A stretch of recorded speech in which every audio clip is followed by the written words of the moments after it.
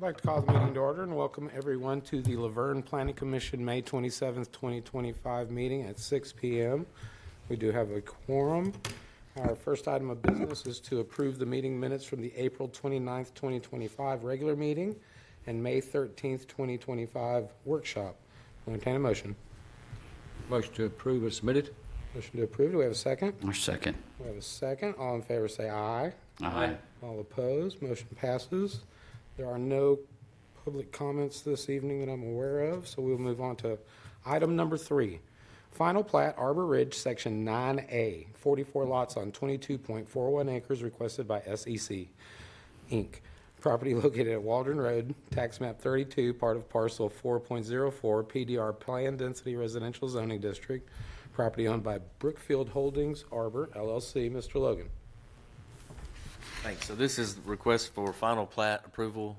This is Arbor Ridge, Section 9A. And you can see on the screen, this is at the very back of the Arbor Ridge development next to the town of Smyrna.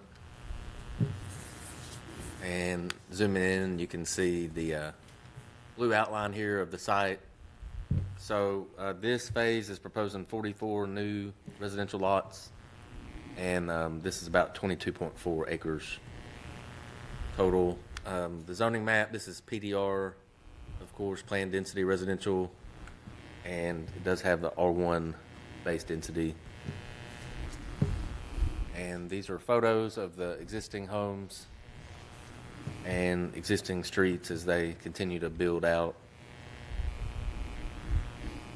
This photo here, Waldron Road is up at the top of this hill. So it's there at the main entrance at the sign for the subdivision. So this area, again, this is 9A, Section 9A in the rear. We'll zoom in there. You can see this is the way the lots are being arranged. They do have Buffalo Court, then Jasmine Way, and Carnation Drive. It's over here on the right side. And then this is common area H that's shown on the next sheet. And then the remaining part of common area H.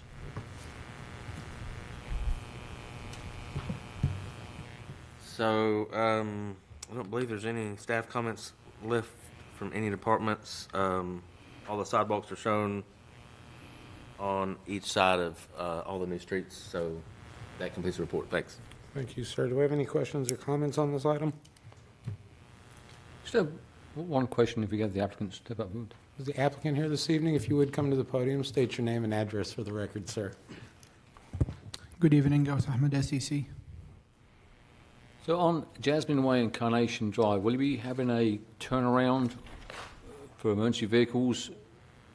I mean, obviously it's going to be Stubbing Road, but Yes, sir. There will be temporary turnarounds. Questions? Questions, ma'am? No further questions. We'll entertain a motion. motion to accept is submitted. Motion to accept. We have a second. Or second. We have a second. All in favor say aye. Aye. All opposed? Motion passes. Item number 4. Final plat, Arbor Ridge, Section 9B, 38 lots on 12.69 acres requested by SEC, Inc. Property located on Waldron Road, tax map 32, part of parcel 4.04. PDR, Planned Density Residential Zoning District. Property owned by Brookfield Holdings Arbor, LLC. Mr. Logan. So this request is also a final plat request, and this is Arbor Ridge, Section 9B. This section proposes 38 new lots on 12.69 acres. So back at the screen here, you can see this site where I'm pointing, and then the previous item is here to the south. So both of these sections of Arbor Ridge touch the town of Smyrna. And then there's the zoning map again. So this is the upper northeast corner of this part, the back section of Arbor Ridge. And same photos. So this is the overall plan for the huge development. This is the 9B where I'm pointing, section 9B. Excuse me. So this is, again, 38 lots proposed. You can see how they're arranged. On this sheet, this is the rest of Jasmine Way and then the remaining part of Carnation Drive. And there's no staff reports remaining. Thank you. Thank you. Is there a representative here for this project? If you don't mind, sir, once again, name and address. Good evening, Gauss Ahmed, SEC, 850 Middle Tennessee Boulevard, Murfreesboro. Thank you, sir. Mr. Chair. Mayor. Bo, can you pull up page 52 and 53 of this portion? Yes, sir. Looking at section 9B on 52, Monaco Drive appears to be a stub street going straight into a property lot, but 53 has it with a hammerhead turnaround. So it seems to be a little bit of confusion as to, The Monaco Drive. yes, So this design is consistent with the PDR. There was discussions about connecting this road before, but then at the time of the PDR, the decision was to basically stop this road here with the hammerhead for the emergency vehicles. It's consistent with the PDR, and that's how this was approved before. So if I wasn't there at the time of the PDR approval, but from me talking with my colleagues, it was and I'm probably saying this right, it was the neighbors and homeowners discussion not to make this connection to prevent traffic going into the existing subdivision, and that's why the PDR was approved, specifically with this layout to provide the hammerhead. okay, because 52, which Bo, if you go up one page, doesn't show the hammerhead on there. Which one? That one right there, zoom into section 9B if you don't mind, Bo. Yeah, this is just an overview about the subdivision, but it's not how the layout is laid. This is just the cover sheet, but if we need to change it, we Okay. can. It's just a line that we can draw to match this. But what is being recorded is the second sheet after this one to be consistent with the PDR. Okay, so we are getting the hammerhead. Yes, sir. Okay. Yeah, hammerhead, built per the street standards, and right-of-way dedication. Okay. Any further questions? So all the homes are buildable lots in 9A, 9B, correct? They're all buildable, so you can get They're up. all buildables. All the lots are buildables except for the open space. It's not buildable. Very good. Any further questions? Entertain a motion. Thank you. Make a motion to approve as submitted. We have a motion to approve. Do we have a second? I'll second. We have a second. All in favor, say aye. Aye. All opposed? Motion passes. Item number 5, final plat Arbor Ridge, Section 12, 65 lots on 16.23 acres, requested by SEC Inc., property located on Waldron Road, tax map 32, part of parcel 4.04, PDR Planned Density Residential Zoning District, property owned by Brookfield Holdings, Arbor, LLC. Mr. Logan. So this item is the request for final plat approval at Section 12 of Arbor Ridge. So same development, and this time we're moving up to Waldron Road. So this is touching Waldron Road. This is a three-way stop where I'm pointing at Lake Road and Waldron. And this is Rock Springs Elementary School with the white roof. So zooming in, pretty much just shows all the earth moving work that's been done and grading. And again, this is zoning map, so PDR zoning is the same, and same photos as well. So on this overall map, you can see again, we're talking here next to Waldron Road. And then this is the first sheet for the layout, so you can see they have two roads shown that run north. That's Wild Daisy Way and Nasturtium Way, and then Cowslip Way runs east and west. And there's common area also at the rear of lots 504 through 521.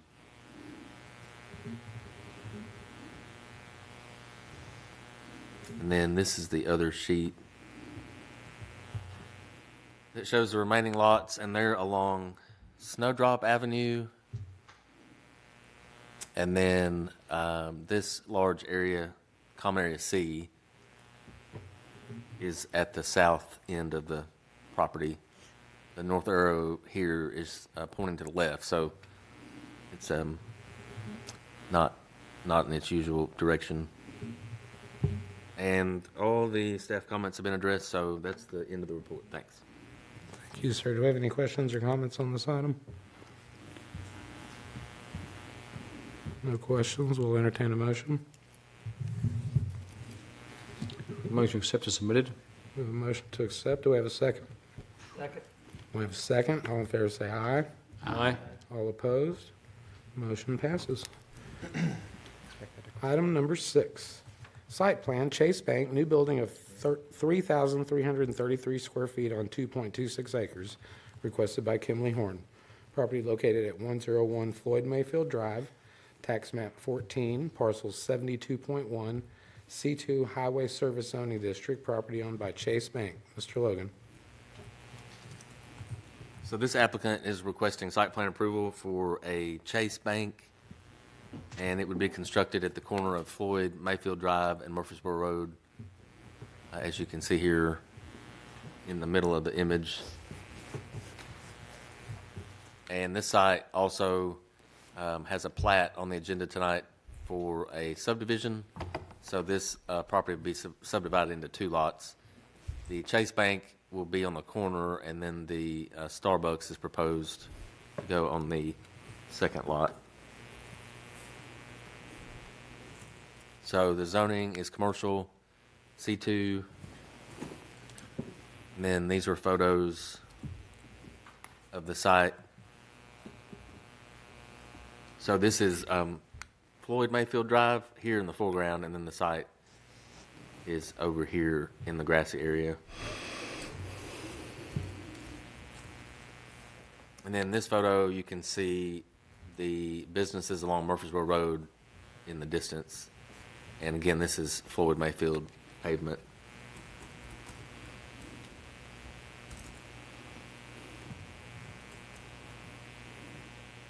So this is the layout that's proposed for the new Chase Bank, and you can see Starbucks here to the northwest. This Chase Bank is proposed to be 3,333 square feet. And zoom in here. So they are showing a drive-through, of course. This drive-through is attached to the bank. The Fifth Third last month had a remote drive-through that was not attached. But you can see the arrows indicate the traffic flow. So one would be able to enter from this common access between the Starbucks and Chase. And then if you look at the top of the screen, this is the main ingress-egress off Floyd Mayfield Drive. They can enter the site and then go left, or they can continue straight on towards Starbucks. The parking is sufficient and meets the city's requirements, actually exceeds the city's requirements. And dumpster enclosure is shown here at the top. And they also are showing the required sidewalk on Murfreesboro Road and along Floyd Mayfield.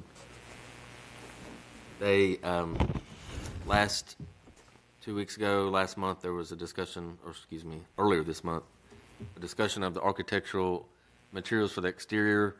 The hard coat stucco does meet the city's requirements. It is in there, so there's no issue with them meeting the architectural requirements. And they did submit a materials board, and I believe that's at the podium. I'm going to move forward to these elevations. So here's the elevations that are proposed for the bank.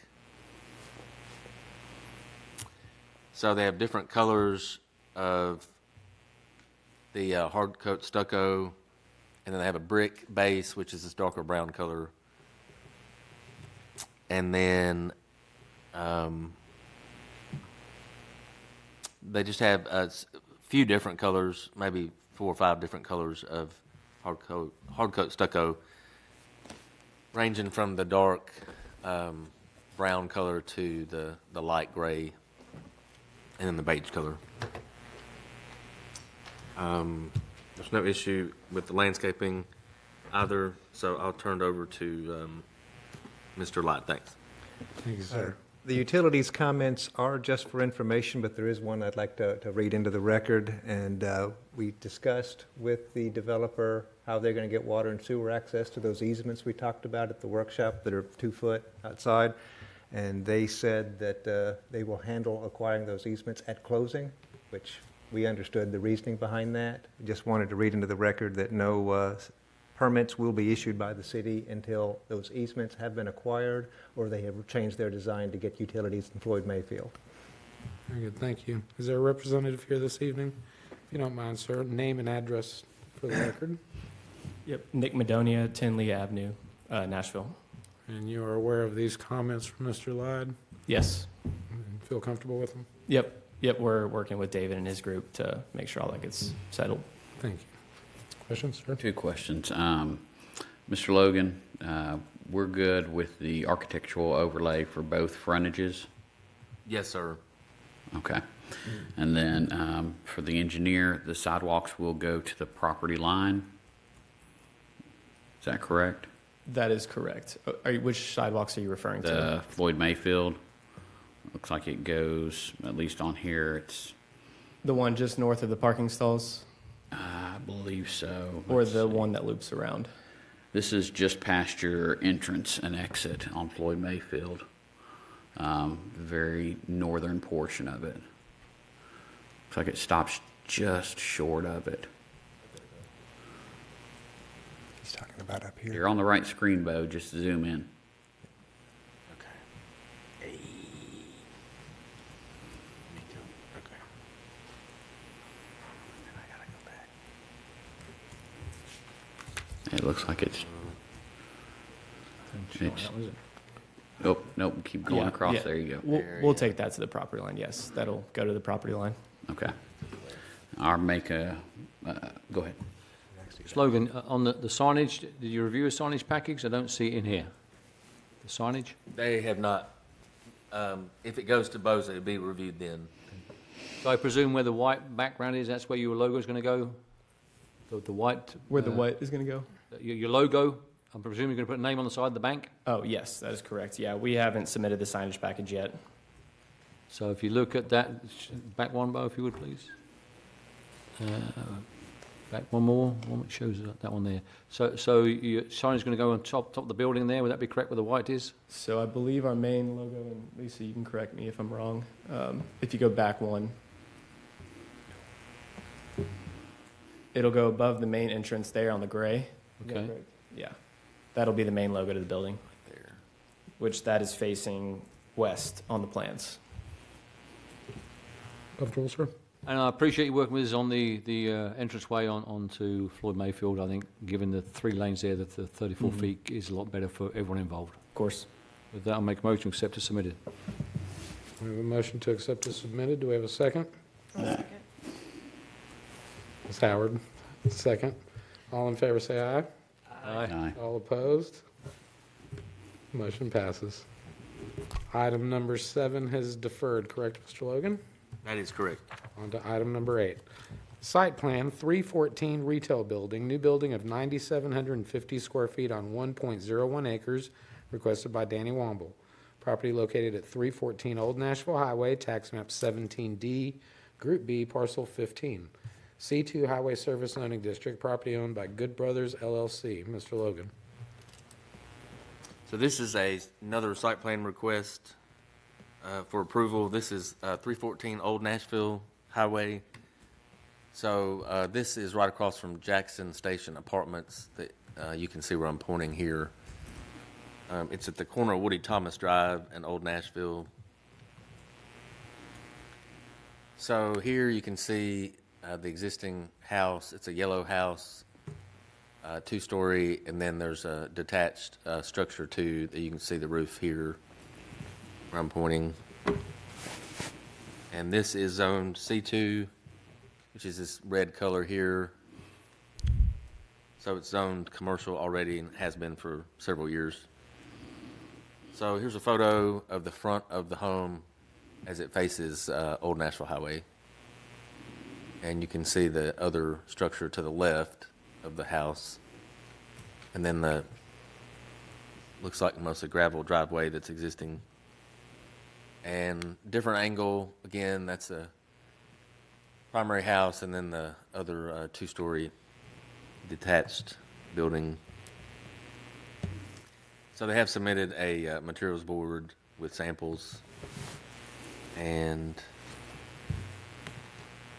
this shows a rendering. You probably remember from the workshop, they're requesting to get approved for 2 phases in the site plan. So phase 1 would be 1 commercial building, and then in phase 2 they would build units 2, 3, 4, and 5. So the total square footage at build out would be 9,750 square feet. But the first phase is only about 2,500 square feet. So this is the plan. Overall site layout. So here you can see the 5 different suites that I mentioned a minute ago. So phase 1 is on this, to the right in this photo is suite number 1, and then they're numbered 2 through 5 for phase 2. And the parking is no issue. It meets the city's parking requirements. They are showing a stormwater treatment area along Old Nashville Highway. And then they have the dumpster enclosure is up here at the top where I'm pointing. And then they are showing a new sidewalk as well that would be installed along the frontage of both Woody Thomas and Old Nashville.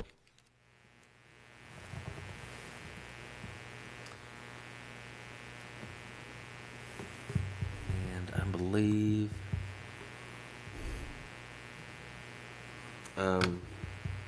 that completes the main part of the report, and I just wanted to go over the planning comments that are still on here, and basically those revolve around that staff believes the best path forward is to not have the older buildings stay on the site while the new buildings are being constructed, and also I did have a chance to talk with the city attorney about the residential and commercial use, and so the current zoning ordinance doesn't allow, and I'm not sure that the future one allows it either, but the current ordinance does not allow these different types of uses to occur on the same lot. So once a commercial lot, which this has zoning, it's today it's a legal non-conforming residence because it's been a residence for 50, 60, 70 years. So it's legal non-conforming. Whoever owned it at one time got it rezoned to commercial, but the house was allowed to stay. But once we go over that threshold and begin construction for commercial development, then the residential use has to go away. It's just there's nothing in the ordinance that allows it to have the dual uses. So that's in a nutshell all the planning comments. So that completes that part. You got any comments? Yeah, if you could go back to the site plan, please.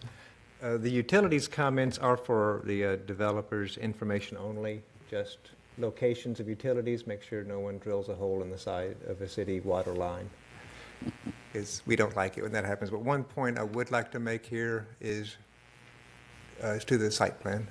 Back. Okay. Okay, that's good.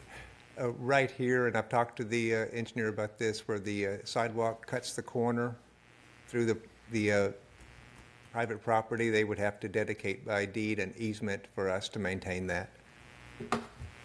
That's all our comments. Thank you, sir. We have a representative here this evening for this project.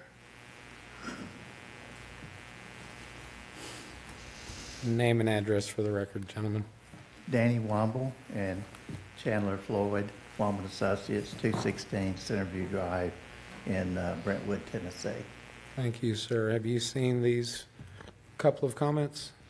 I have, we'll be glad to deed an easement for the sidewalk.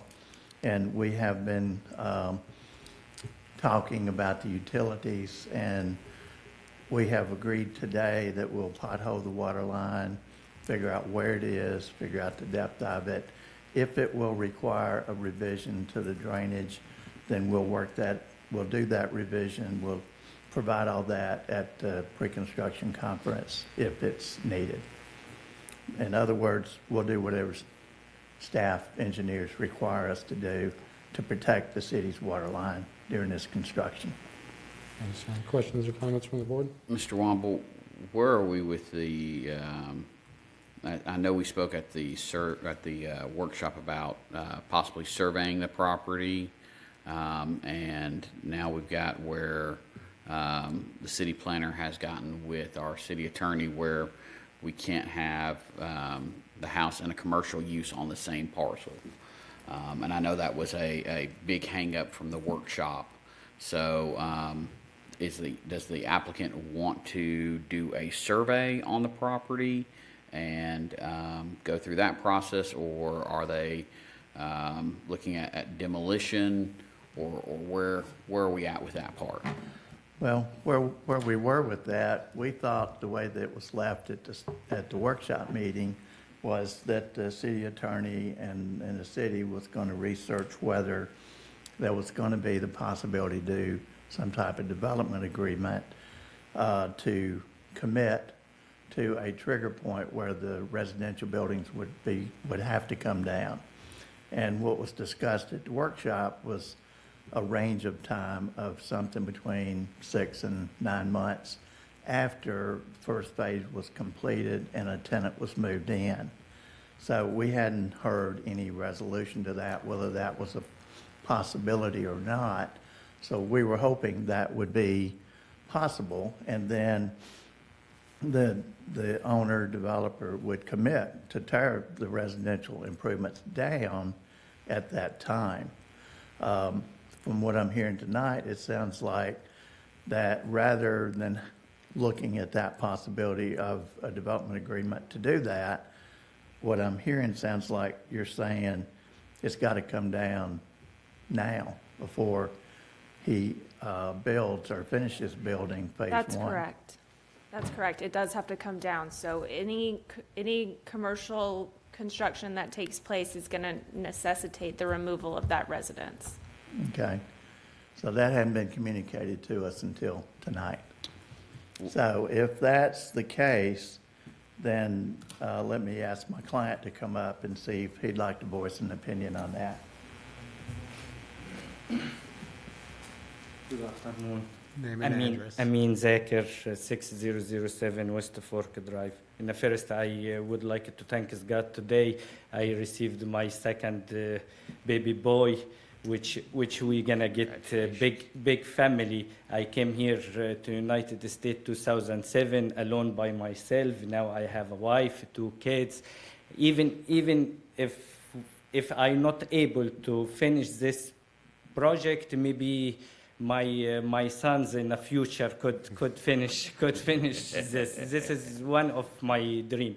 What really I'm asking, I was serve the LaVergne community for almost 10 years. Mostly of the people sit here know me since I was working in the other store. I was work honestly. I was work everything right, even if I not in 10 years I not have any violation. So I don't know the rules why it's get tough in me. I try to help my community. Also, I try to help myself. What we try to build, it's a small convenience store for people, just to serve the people in this street. They don't have to drive more. They don't have to make much traffic. And what I asking, it's just from 6 to 9 months. I have a loan in the building, and there is the bank. It's not gonna allow me to demolish the 2 buildings because the bank loan me the money for just the building. He not loan me the money for the land. So what I was asking, it's just 6 to 9 months between first phase and the second phase. And honestly, this is one of my dream. I would like it to demolish right this morning, right this moment, and build the stores. But the lot is empty already. I know the city have some rules about not mix commercial with residential, but I just need some allowance, need some mercy, you know. So that's what I have about if we can separate it the lot. I have my brother. He unable to be here tonight. We have to back to Mr. Danny again to see what our status if we not get approved for this plant. I will see if we can maybe divide the two lot. It's allow for me to divide the two lot and build one store and leave the two houses. But still the two houses, it's gonna be ugly. The two houses, it's since 1935. We would like to make Old Nashville Highway. It's nice looking. I have the fire department across the street from us. I have the small apartment across the street from us. So what I'm asking, it's just 6 to 9 months. The bank not deny me for the loan. The bank agree with the loan. The bank welcomed with the loan. But this is my whole point. So With this board deferring it a month, this would give the applicant and the engineer time to look at this. If they can come up with a workable submittal, then it can come back, and if they can't, they can always withdraw and resubmit before the next meeting. So that would be my motion, is to defer this. But Any further questions or comments? Just obviously, we have the rules and regulations, unfortunately, and we have to deal with it. If we open Pandora's box up, as they say, who knows what can happen. I appreciate the applicant and the thoughts and the concepts. I just think we need to give them another month here to get things organised. You know what we're looking for, Mr. Womble. You understand that. I do. We'll agree to that. Any further comments? need to have a second. I'll second the motion for it. We have a motion for deferral and a second. All in favor say aye. Aye. All opposed? Motion Thank you. passes. We'll see you in workshop. Thank Thank you. On to our next item. Item number 9. Sure that's correct. Item number 9. The retreat at Finch Branch, Section 4, 38 lots on 16.91 acres requested by SEC Inc., property located on Greenwood Drive, tax map 17L, Group A, 8.08. R2 Medium Density Residential Zoning District, property owned by Finch Branch Building Group, LLC. Mr. Logan. This is a request for final plat approval at the retreat at Finch Branch. And this plat, this is section 4, and they're proposing 38 lots on 16.91 acres. So let me zoom in here. So to give you a frame of reference, this is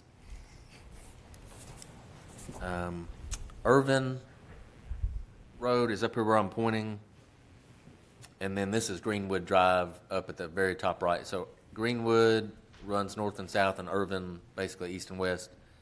So this is where Finch Branch, the first phases were built, and that's the existing homes.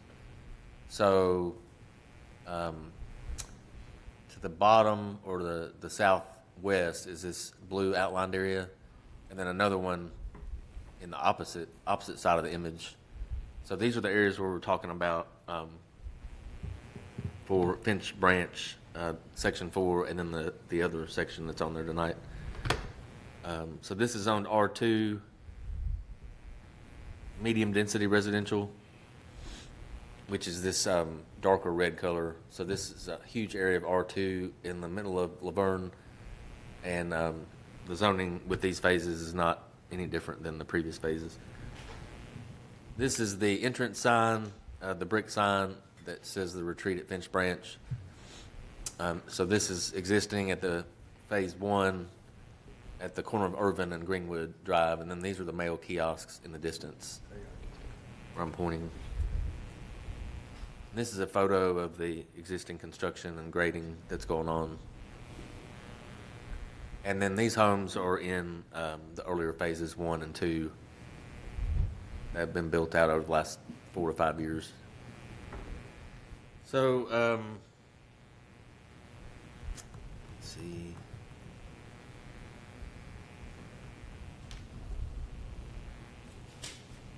Here's the plat.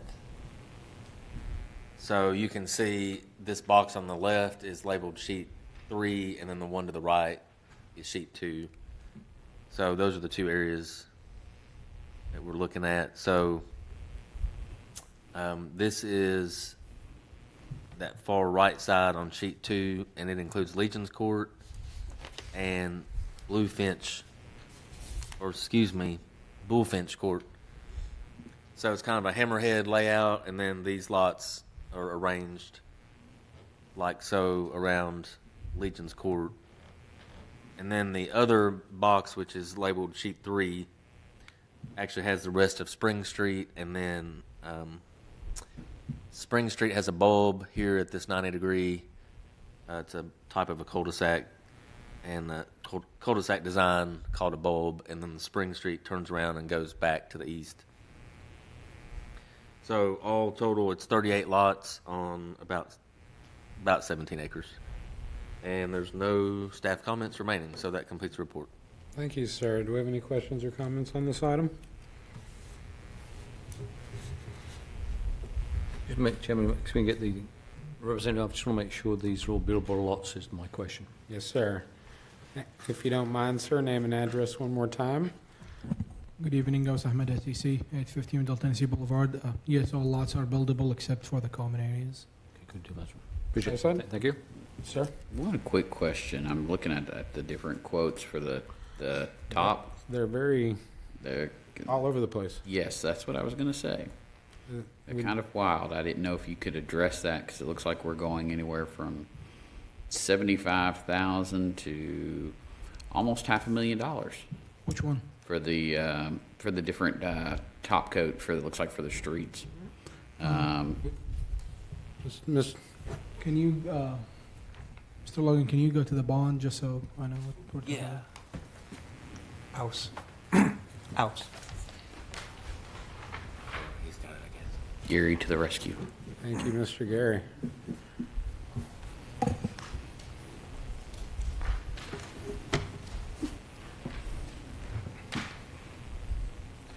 Can you tell me what's the question one more time? Well, Sorry. I'm just trying to understand the it's anywhere from it goes 480 to 101 to 75,000 to 450, and so I'm just trying to understand why the huge swings there.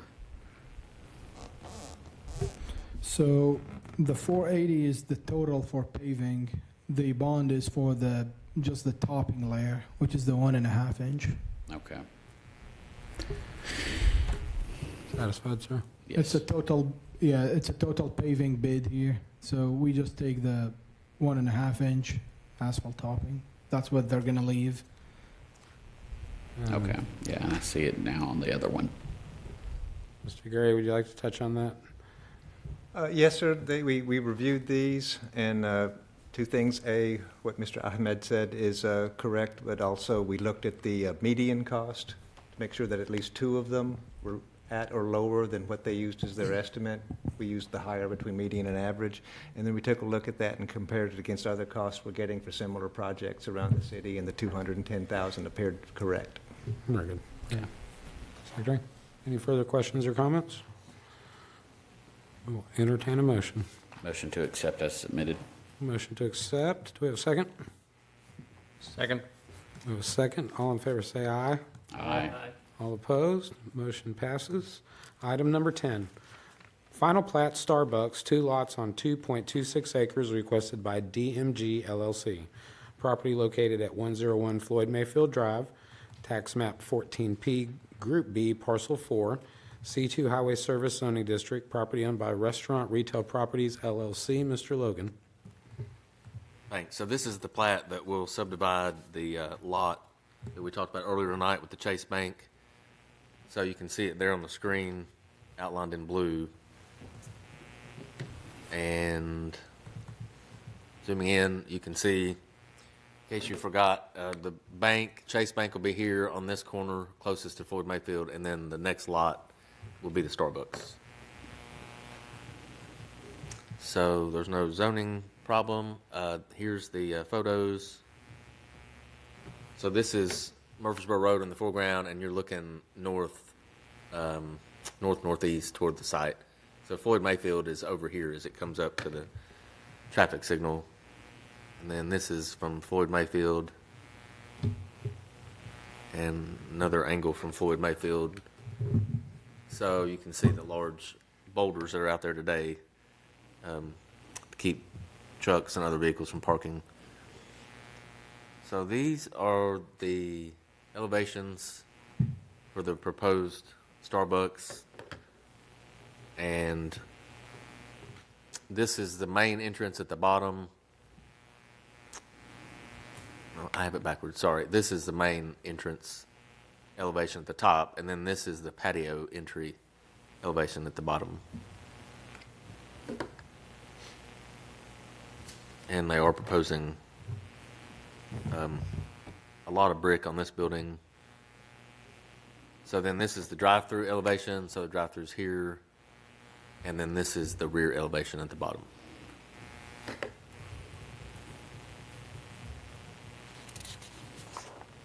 And here's the dumpster enclosure. So the materials match, the building and enclosure match, so that meets the city's requirements. And this is the final plat. So lot 2 is going to be roughly 42,000, and that'll have the Chase Bank. That's 42,000 square feet and 56,400 for the Starbucks.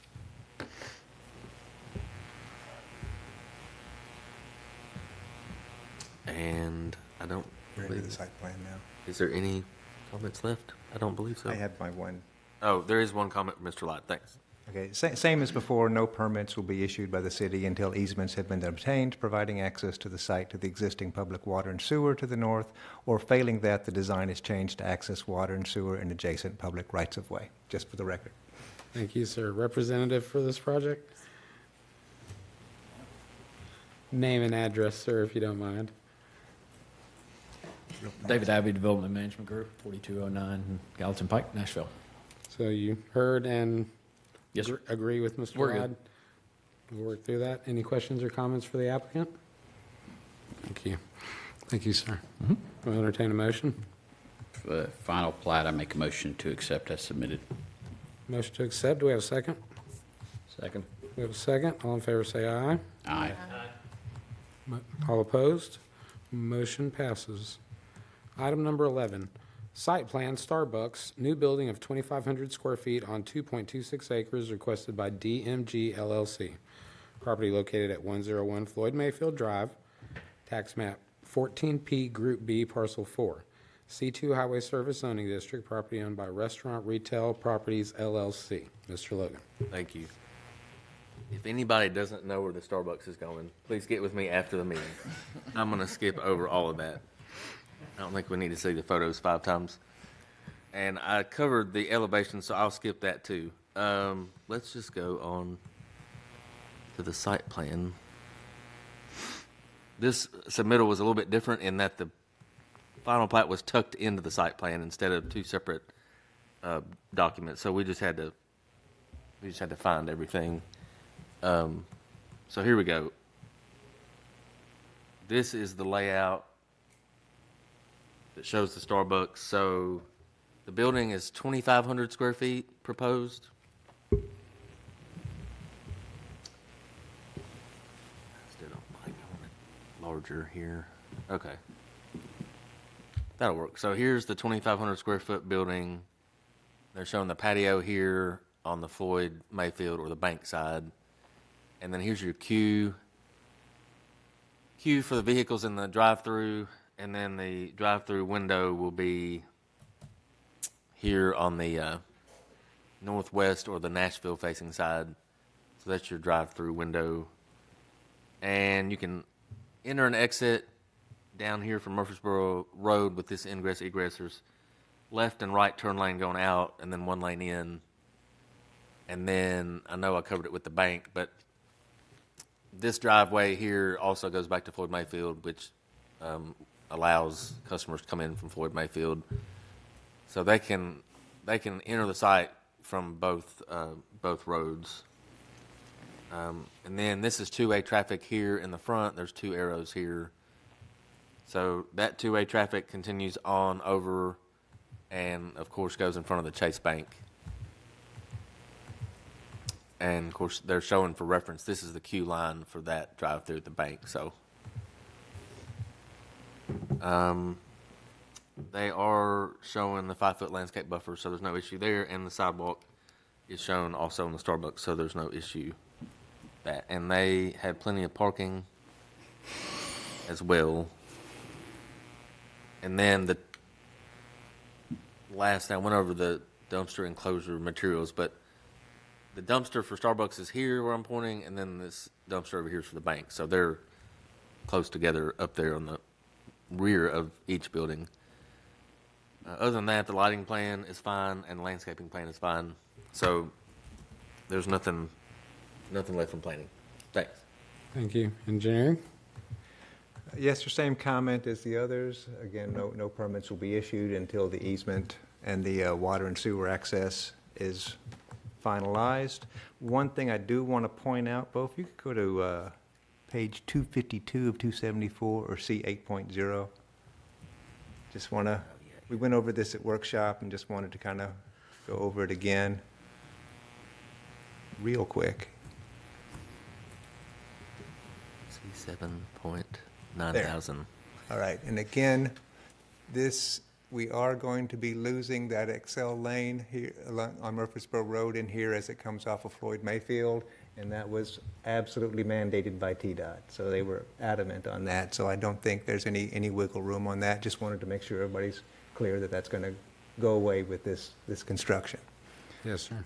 And it's under this contract that they're actually going to build the sewer. So, Mr. Mayor, these might be the people you want to make sure say is going to build the sidewalk up to the property line. Thank you, sir. Questions or comments from the board? Could we have a representative on this item? If you don't mind, sir. Name David and Abbey, address. DMG, 4209 Gallows Pike, Nashville. Thank you, sir. Mayor? Would you like to address that with the sidewalk? Yes, sir. We're good. We will take care of that. So it'll be built up to the property line? Yes, sir. Okay. Did we get a materials board on this? Yes. Yes. Okay. And Bo, where is this going to be at? It's in LaVergne. Somewhere around town. Very nice. Any other questions or comments for the applicant? Yeah, I just have a question for the city staff. Do we have the agreement or the document for the shared driveway? Do we have, because we discussed that at the workshop, I want to make sure that we have an agreement so we're not arguing We and fighting can later. get the copy of it that's currently out for signature. I just want to make sure we put it in the packet so we have that in hand. I mean, Thank you, sir. We do not have it yet. So Yeah, we'd we appreciate can definitely getting get a copy that's Mr. out Coates for is right. signature. Any further questions? We'll entertain a motion. Make a motion to accept as submitted. We have a motion to accept. Do we have a second? Second. We have a second. All in favor, say aye. Aye. All opposed? Motion passes. Thank you, sir. Welcome to LaVergne. Item number 12, final plat, the retreat at Finch Branch, Section 3, 40 lots on 20.75 acres requested by SEC Inc. Property located off Spring Street, tax map 17L, Group A. I'm going to assume that's parcels 8.08. Is that correct, Mr. Logan?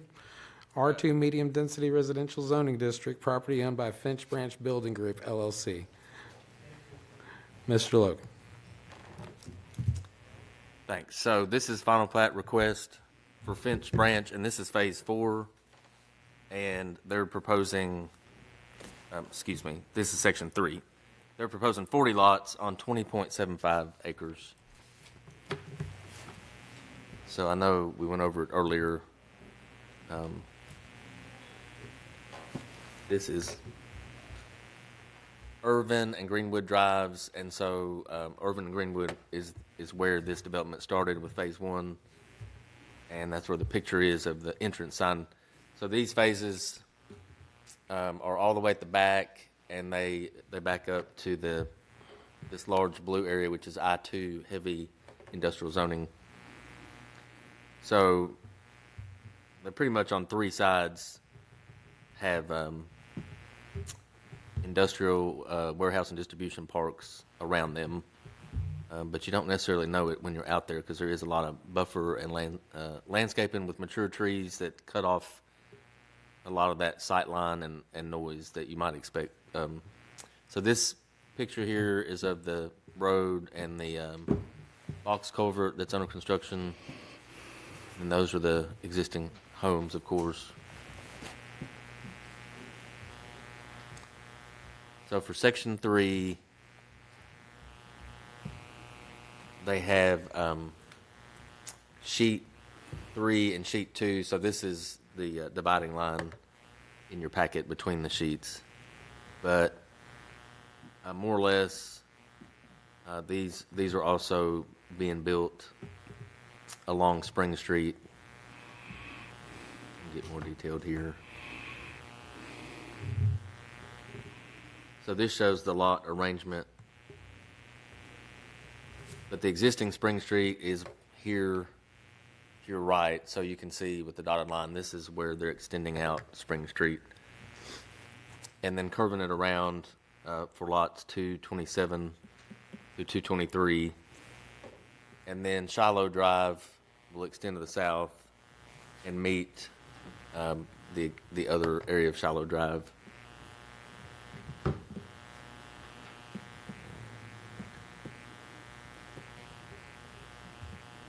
So this is the last sheet here, and you can see Greenwood.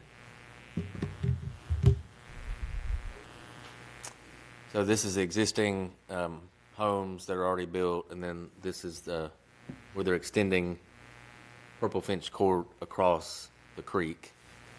So this is the creek that runs roughly through the middle of this image. So this is all south of the creek, of course, all the new lots that are being approved with this plat. So there is one more cul-de-sac here, Hallfinch Court. I think that's got all their streets. And I don't believe there's any comments left on this item either, so that completes the report. Thanks. Thank you, sir. We have a representative here. Name and address one last time, sir. Good evening, Aus Ahmed, SEC, 850 Middle Tennessee Boulevard, Murfreesboro. Thank you, sir. Questions or comments? Lot 219, is that the buildable lot, and are the rest of them buildable lots? Yeah, seems to be a buildable lot that would fit a small project. And then just for the staff and the applicant, let's please ensure that when we go to sign these documents, that the review purposes only is removed.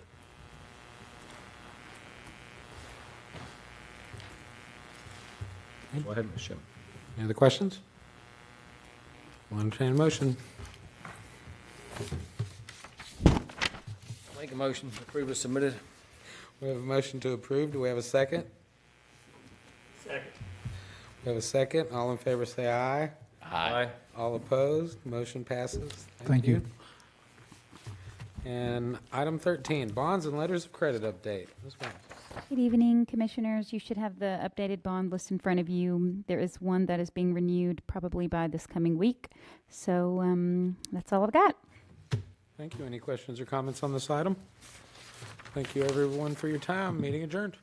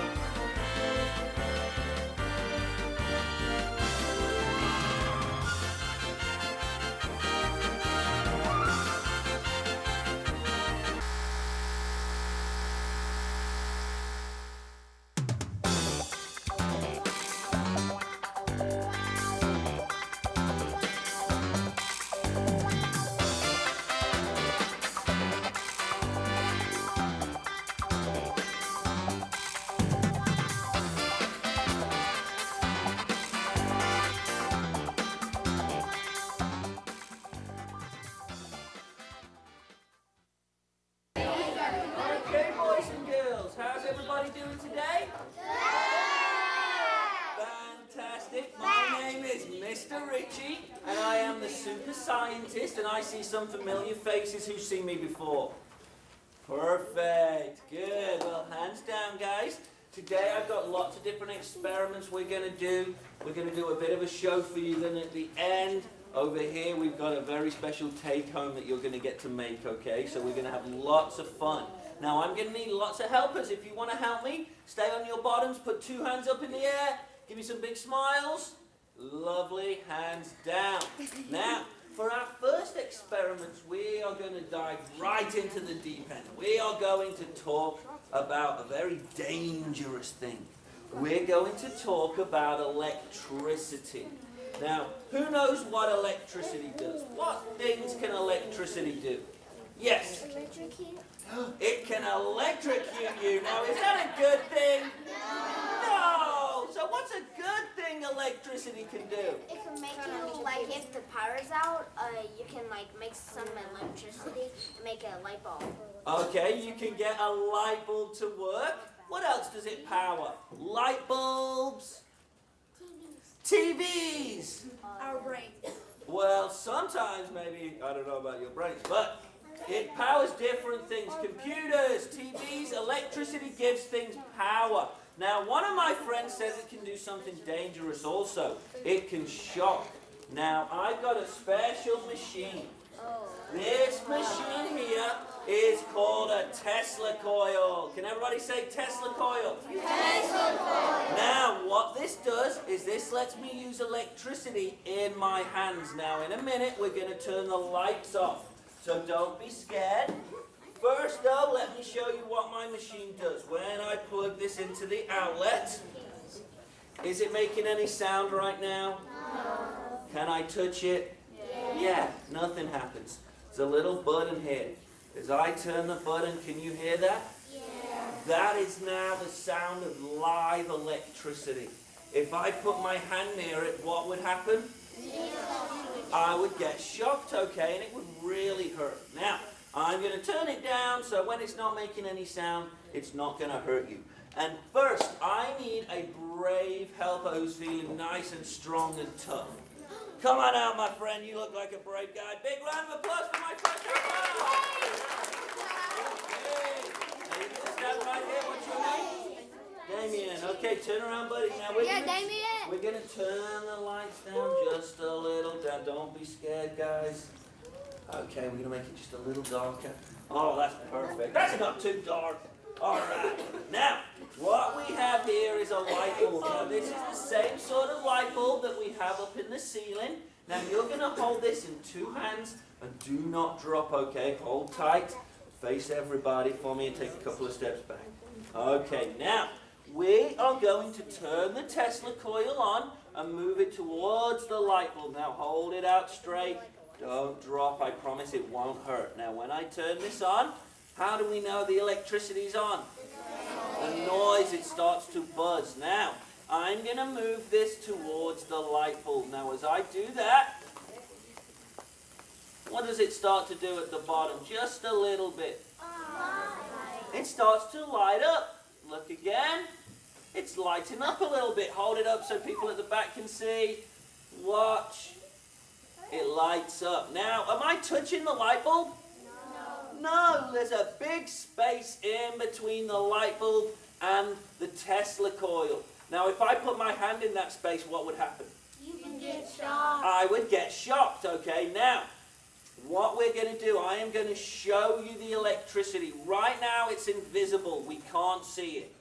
Hold it just a little higher. Move your hands down to where mine are. Now, this time it might look scary. It won't hurt, I promise, okay? Hold it in 2 hands. I promise it won't hurt. Now, when I turn this on, everybody watch the bottom of the light bulb. We get the light bulb to light up.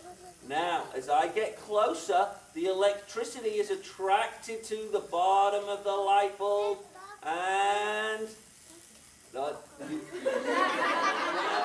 have to hold on. Are you going to hold on, or do you want someone else to help? It's fine. You got it? I promise it won't hurt, okay? Hold on to it. It won't hurt you, I promise. Watch the bottom. Hold on, I promise it won't hurt. You Here we go. Watch the bottom. It's all right, David. There we go. Give him a round of applause for being so brave.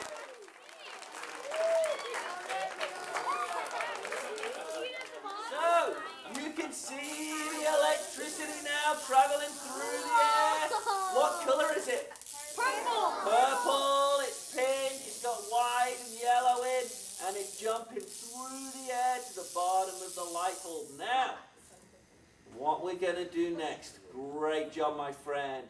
Big round of applause. I need another helper. Someone else who's feeling tough and brave. Right at the back in the grey shirt. Come on out, buddy. All right. Now, my next helper's going to come and help me. Now this time, come on up, bud. You're going to hold on to this. Come and stand back over here. Now, what's your name? Luis. Okay, hold on to this in 2 hands. Now, do not let go, okay? What I need you to do, in a second, you're going to walk your hands up and then down, okay? Up and down. Now, don't go all the way to the top or don't go all the way to the bottom. Leave a little space. Now, everybody, let's watch the bright part of the light. When we turn the Tesla coil on, we know it's working because it starts to buzz. As we get close, the electricity's there, we can't see it. As we get closer, it now jumps through the air and we can see it. It's brightest at the bottom. Move your hands up. That's it. Oh my Keep God. going. And go down. Whoa. And go up. And go down. Now what's happened to the light? It goes up. It goes up and down. What makes it go up and down? Electricity. His hands. Now that's because I have given you superpowers. You now have the power to shock people. Now who's going to be brave and get a shock? Whoa, look at all the brave helpers. Let's go with the strong lady. Come on out, sweetheart. Big round of applause. Okay. What we're going to do, you're going to take a step over this way and you're going to hold on in one hand. You're going to point your other hand like this with one finger. Okay, come to the side, sweetie. Now, it's pretty dark in here, so we might be able to see it. What we're going to do slowly, you're going to touch fingertips. Now, after you do that, you always use your finger, okay? After you do that, you're going to touch her elbow. You use your finger, and then, sweetie, lift your knee up, and he's going to touch you on the knee. Now, everybody, watch and listen in between their fingers. Now, hold tight and don't drop. I'm going to set it to a level 3. So it's not going to hurt, it sort of tickles. Now, don't start until I tell you guys. We're going to do it nice and slow. Now, don't start yet. We need to get the power going. Okay. Now, slowly point your finger. Listen and watch. Did you feel that? Okay. Can we see the spark? Try it again. Do your finger. Do it nice and slow. Your finger. Oh. There we go. Elbow. Lift your knee up. Perfect. And can you do your nose? Great job! Big round of applause. Excellent. Get back down, guys. Now, is anybody in here today wearing light-up shoes? Does anybody have light-up shoes on? Come and help me. I promise you won't get hurt. Come and help me. Whoa, those are cool. I like those. Come on out, Twinkle Toes. You want to help, buddy? It won't hurt. Come and help me. Anyone else would like? Come on up. Everybody with light-up shoes that wants to help, come on up. You won't get hurt. Who's wearing light-up shoes today? Okay. Now, all of my friends, stamp your feet. Show everybody your cool shoes. That's it. They all light up. All right, now what we're going to do, we are going to make your shoes light up without you having to move. What I need you guys to do is all hold hands. Can you come over here first? Hold hands. And you're going to be at the end over here. Like this, okay? Now, everybody watch their shoes. What we are going to do in a second, you're going to hold on to the light bulb. Don't let go. You will not get hurt, I promise, okay? We're going to send the electricity up the light bulb through your body, through you, into all of your shoes, and all of the shoes should light up. Now, here we go. Don't let go, helpers. It does not hurt, okay? Don't let go. Give me a countdown. 3, 2, 1. Disco shoes! So you can see them all lighting up. And when we turn it off they go. Hold hands, don't let go. The electricity thinks they're all one giant person. When we turn it on, it flows all the way through into their shoes. Great job. Big round of applause for my great hoppers. Perfect little guy. All right, now, what we're going to do next, this next experiment is one for your librarian. Now, what are you not allowed to do in your library normally? Talk loud. Now, to help your librarian out, if you're talking loud in the library, she can now put you in this. This is Mr. Ritchie's electric chair. Who's going to show everybody how the electric chair works? Okay, in the white shirt, come on down. All right, now. Hold on, Scooby-Doo.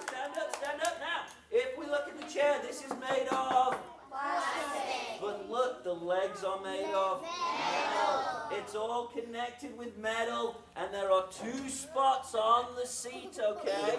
Now, I need you to relax and sit down right on the edge, okay? Now, if your librarian's at her desk looking around and sees you talking too loud, instead of having to tell you to be quiet, she's just going to be able to touch this down and see what happens. So face everybody, try and relax. Here we go. 3, 2. No, oh, move over then. Let's see if we can get it just on the right spot. Oh! Big round of applause. Anybody else feeling great?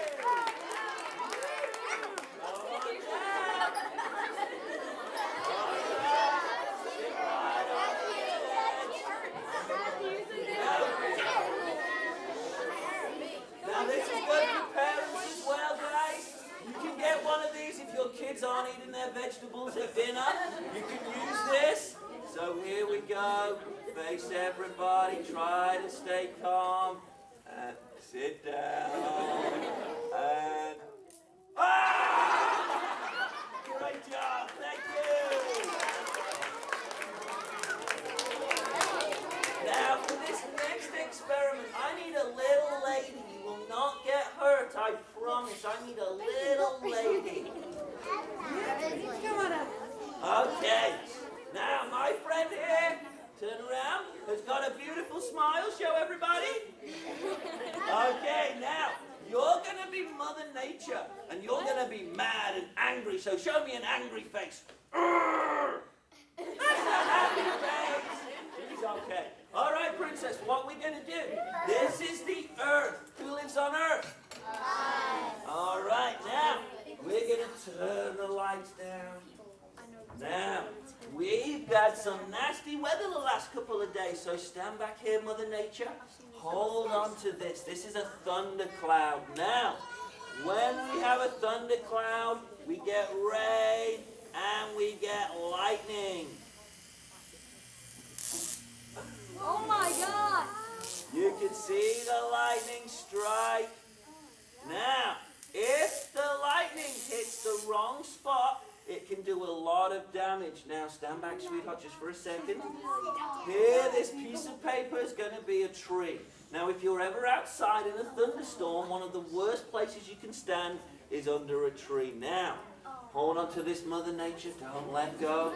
We're going to let the lightning hit the wrong spot. You're okay? Here we go. 1 second. was a tree, that tree would come crashing down on your head, and would that feel good? No. Okay, that would be really bad, right? Big round of applause for Mother Nature!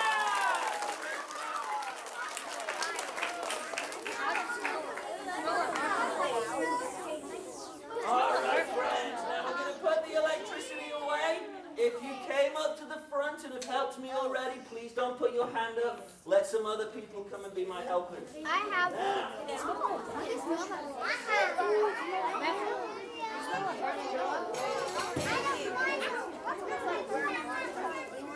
For my next experiment, I need somebody who's not afraid to get wet. Let me get somebody in the America shirt. Come on down. Here we go. All right, big round of applause. All right, now I need you to come and stand over here. Turn around and face everybody. Now, don't move, okay? In this container, what do we have? Water. Put your hand in there. Take your hand out. How does it feel, wet or dry? Wet. It's wet. Just so you know, I'm not cheating. This is proper water. It's a proper liquid, okay? Now, I'm going to pour the liquid into one of my 3 cups. Here I have 3 blue cups. Now, let's pour the liquid into this one. So watch carefully. Make sure I'm not cheating. We pour the liquid in. All right, let's see. Now, which cup did the water go in? Did it go in this one? No. This one? No. This one? Yes. Now watch, because I'm going to start to move the cups. And tell me when to stop. Stop. Okay.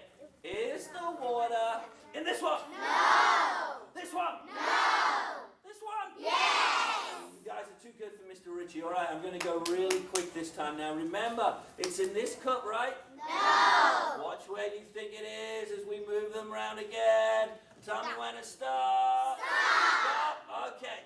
Is the water in this one? No. Let's have a look. Give me a countdown. 3, 2, 1. Oh, not in the first one. Is it in this one? No. Let's have a look. Give me a countdown. 3, 2, 1. Not in that one. That means it's in that one. All right, let's have a look. I'm going to stand back so I don't get wet. 3, 2, 1. It's not in there now. It's not under this one.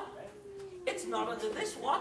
And it's not in here. Now, what if you make water really cold? What does it turn into? Ice. Ice. Now, I didn't make it really cold and turn it into ice. What if you boil it and you make it really hot? It turns into gas or steam, okay? Now, I didn't do that either. I did cheat a little bit. Before you guys came in, I put a special powder in. Now, hold your hands like this.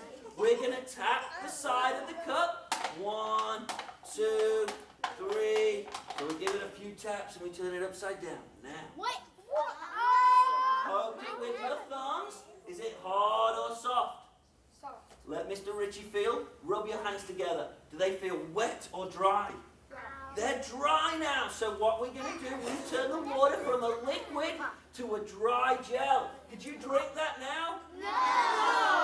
Now what we're going to do, we're going to walk around and let you feel this. So could you walk around this path and let people poke it? Do not put it near your mouth, okay? Get ready to poke it.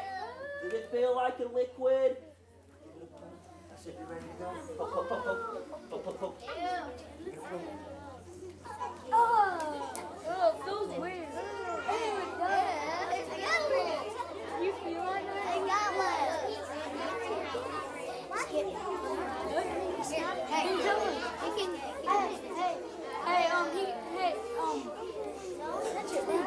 Hey, you can.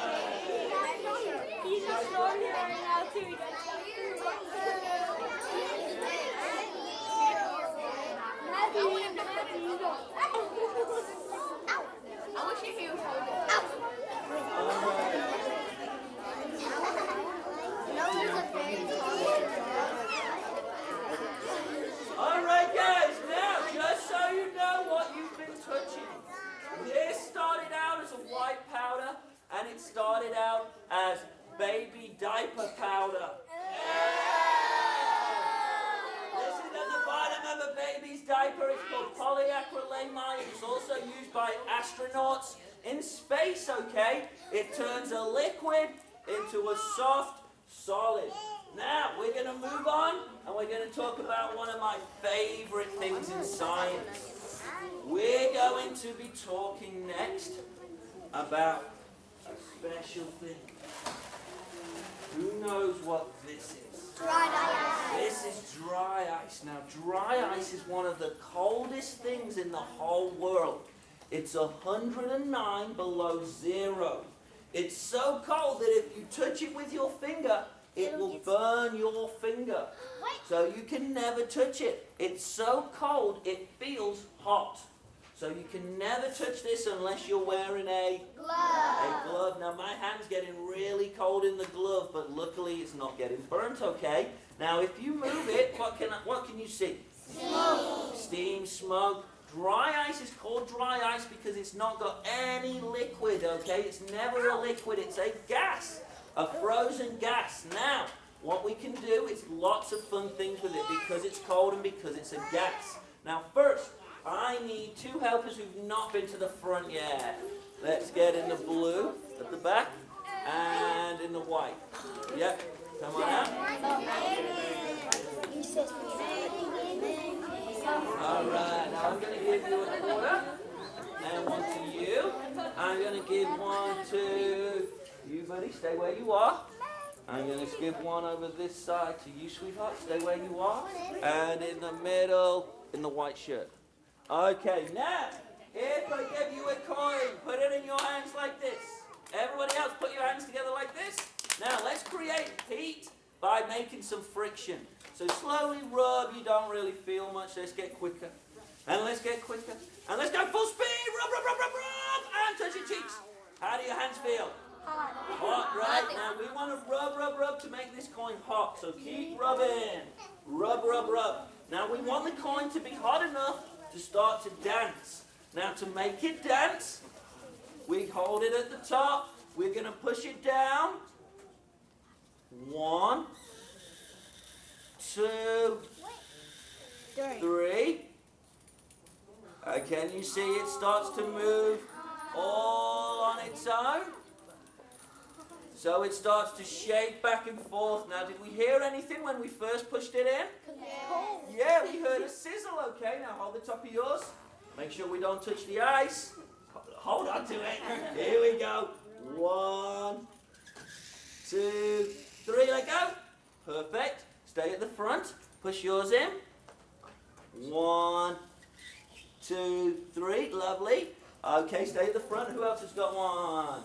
All right, you guys just turn around and have a look. So turn around and have a look. Push yours in. 2, 3, let go.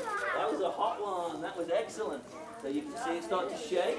We've got one in the middle. I know we've got one in the middle for you guys. You can see this one, don't worry. Push yours in.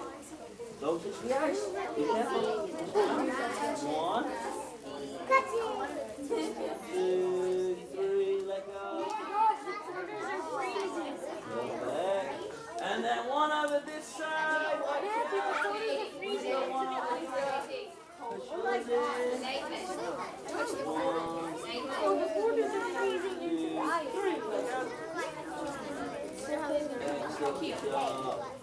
All right then, friends. Now, as I was walking around, the coin started to shake. What happened to these first ones we put on? Well, what makes you say they froze? What color have they turned? They turned white. Now, the dry ice is so cold that if you put a quarter on it, it will freeze mega quick. Hold your hand out like this. You're going to pass these around. The ice is too cold to feel, but you can feel the quarter. These are really cold, but they, get ready to pass them quick. Ah, quick, quick, pass, pass.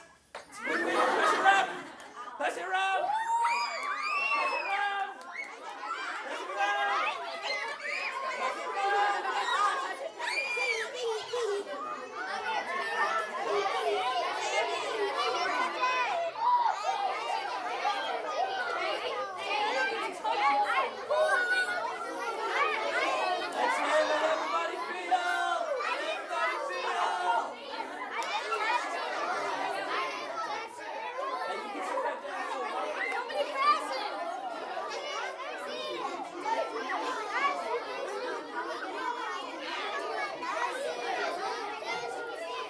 Okay, guys, let Mr. Ritchie get his money back. Thank you.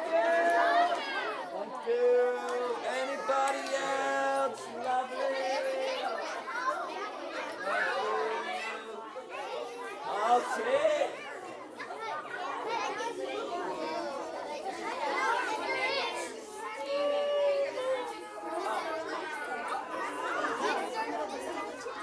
Now, next, guys, we're going to do a listening experiment. Dry ice, we've said, is really cold. Compared to the ice, thank you so much. Compared to the ice, this pan lid is hot. Now, when the ice hits the metal, It turns up. Makes vibrate.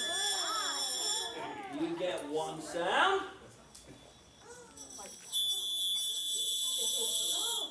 Two sounds, and then this one's my favorite.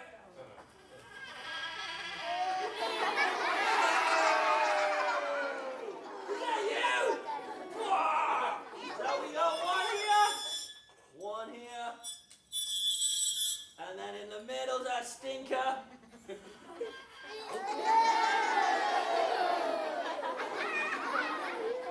Now, when the ice hits the metal vibrates. Show me vibration. Some vibrations are big. Some are teeny tiny. If the vibrations are big, stretch your arms out wide. It's so awesome. Everybody make a loud sound.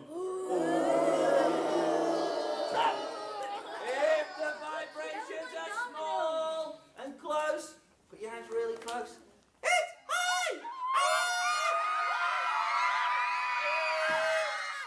Now, what I need you to do is take a big breath and you're going to follow my hands, okay? So, ready? Breathe in.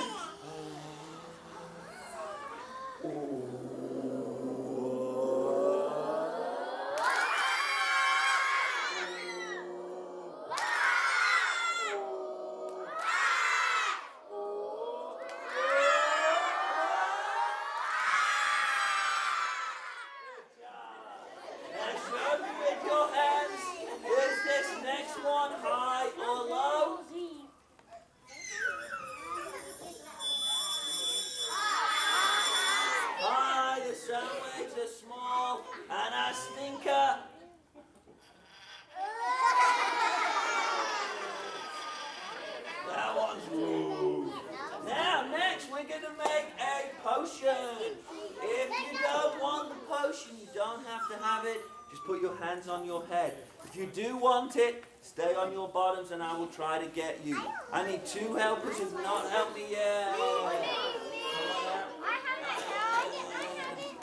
In the, I have a help. yeah, in the black shirt. Who's that? Is that Buzz? No. Lightning McQueen. All right, now, come and hold on to this. Two hands. Now, sweetheart, you're going to hold on to this with one hand. There we go. All right, now turn around and show everybody.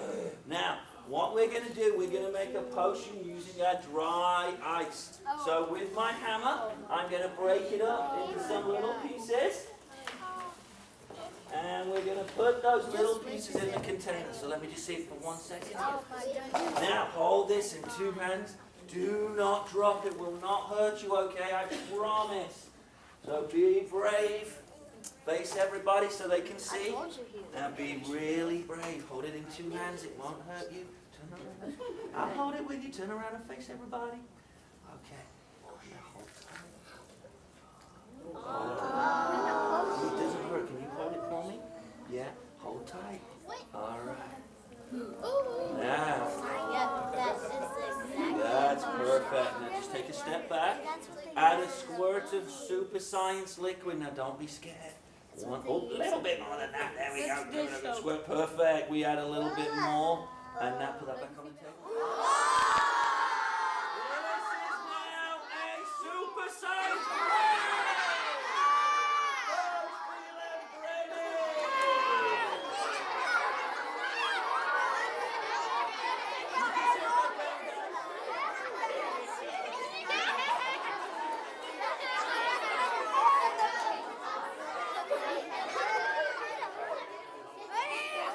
Don't move, guys. I'll come and get y'all.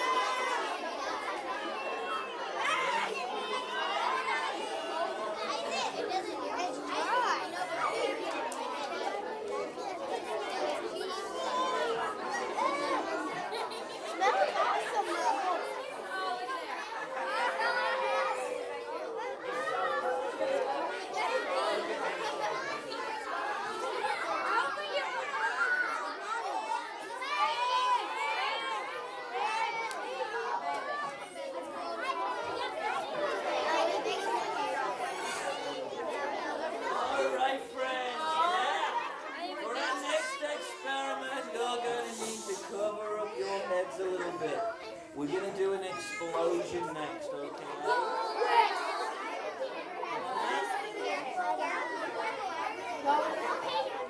Okay, stand up here. Turn around and face everybody. Now, this first one is not one you should try on your own, okay? Well, this first one we're going to use some dry ice again. So we break it into a little piece using my hammer. And we're going to put that into a film canister. And you're going to hold this up above your head. Hold on tight, okay? Point it up. Now, we are going to add a little bit of water to get it smoking. Can you see it start to smoke? Yeah. All right, now hold it down here. You're pretty tall. Okay, now just away from your head. That's it. Now, we are going to add a lid. Right now, all that gas is coming out, all the smoke's coming out. When we put the lid on, the smoke is trapped. It starts to push. Now hold on tight, because any second, something should. In a second, it should. Explode!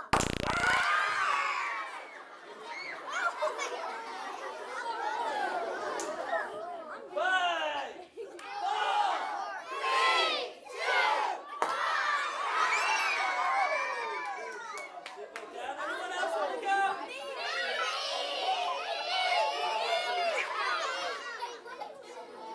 Last one, this one. Hold on. It fills up.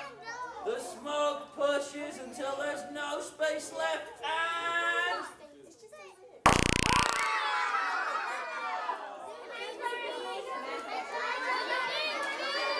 all right, guys. Now, if you saw there, that one is a little dangerous. Sometimes the ice will pop out, and you might accidentally touch it. So that's not one you should try on your own.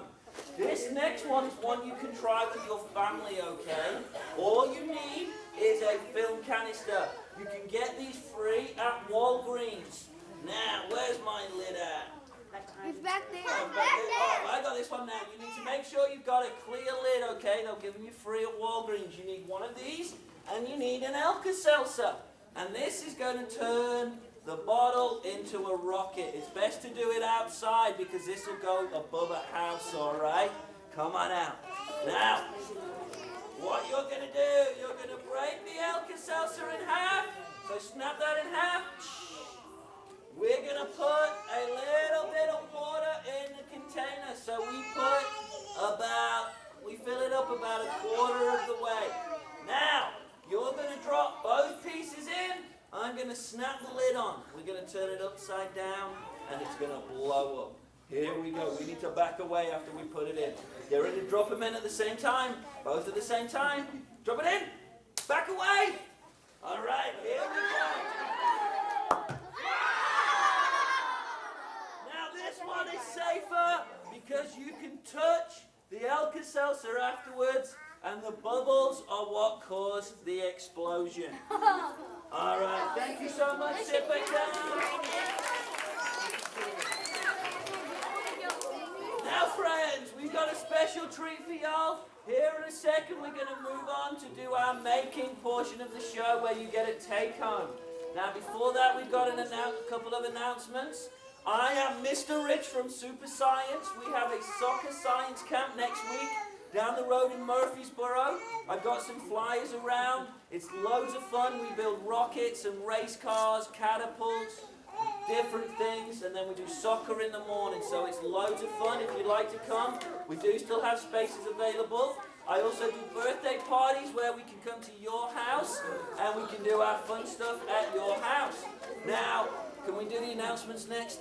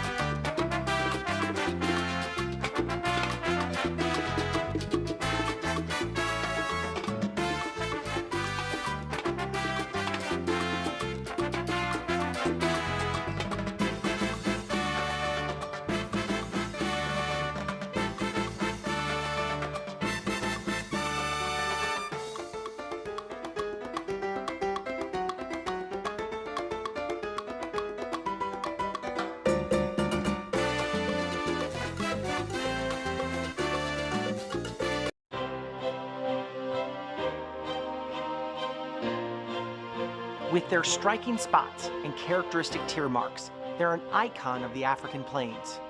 And the very definition of specialization. Perfectly adapted to their environment and engineered for speed. They're one of the top athletes in the animal world and the fastest animal on the planet. They're playful, social, and capable of developing lifelong bonds, even with members of a different species. Humans impact their territory, but we also have the opportunity to preserve them. Let's discover cheetahs on this edition of Saving a Species.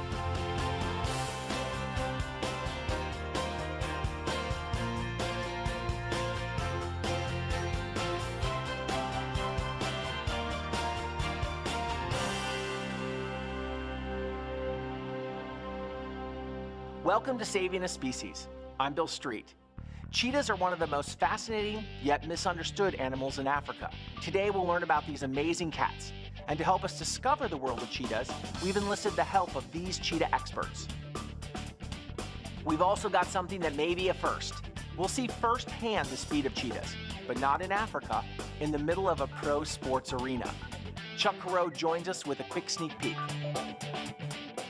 Bill, with access to a professional sports arena, we're hoping to do something that's probably never been done before. Now, here's the plan. We're going to run the cheetahs along the length of this professional football field, capturing their every move with the high-speed camera. That's going to give us the ability to see details that we wouldn't be able to see at regular speed.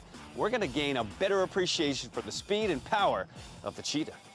But before we observe cheetahs at full throttle, we really need to know what's under the hood. And for that, we turn to our cheetah experts, veterinarians Pete Black and Alex Cole.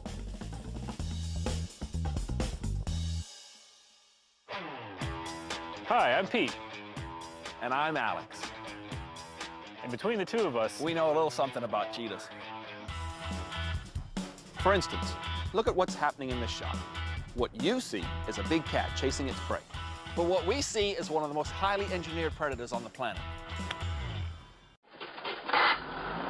Think of it this way. There's a huge difference between this and this. Everything about a cheetah is built for speed. That's the cheetah's advantage as a predator. Without the speed, there'd be no dinner. It's all about adaptation. Going from the base model to something designed for one purpose, high-speed pursuit. high torque engine, performance handling, aerodynamic, sleek and beautiful. Sounds like my cheetahs. Check it out. A cheetah's chest is supersized, with room for an extra large heart and lungs, which generates power for the muscles. The legs are long and slender, with extended tendons. And those tendons really kind of act like shock absorbers. Keep in mind that the cheetah really needs the performance handling package. Most kinds of cats, like this vicious animal here, have retractable claws, but not the cheetah. The cheetah's claws are fixed, just like an athlete's cleats. Traction helps with control. But to move at really fast speeds, you have to be aerodynamic. You've got to be able to cut through the wind like a knife. And that explains the cheetah's head. It's noticeably smaller than other cats. It's almost as if the head was shaped in a wind tunnel. Shh, he doesn't like to talk about his little head. He's kind of sensitive. Sorry, but look how beautiful that head is. Those very distinctive black stripes under the eyes, they absorb the sunlight and prevent it from getting reflected in his eyes. Combine that with those gorgeous spots for an air of camouflage, mix all that together with his speed, you have one of the world's most fearsome predators. Now let's talk about steering. Not this kind of steering. This kind of steering. If I move this boat rudder in this direction, the boat heads off over here. But if I move it back over here in this direction, well, you get the picture. A cheetah's tail works much in the same way as a boat rudder does. All right, sit up. By swinging the tail from one side to the other, a cheetah is able to make quick maneuvers at high speeds. So, as the gazelle is zigging and zagging, the cheetah is able to stay in hot pursuit. Speaking of pursuit, you might think the subject of speed is pretty obvious. A cheetah's legs are moving faster than those of its prey, right? Well, let's put the obvious to the test. Watch as Pete runs. His legs are moving really fast, but in short strides. Now, here's the same run, but Pete's taking long strides. Look at the results. The run with the fewer, longer strides clearly produces the best speed. And that's the cheetah's real secret for conquest. Big strides. The cheetah spine is extra long, super flexible, and easily the most muscular part of their body. It's the spine that allows all 4 feet to leave the ground at once. In fact, cheetahs are actually airborne half the time they're running. Yes, it turns out that all that power comes at a price. To run at full speed, cheetahs generate heat. A lot of heat. It's no different than if I race this engine at full throttle. Do it for too long, and things start to overheat and break down.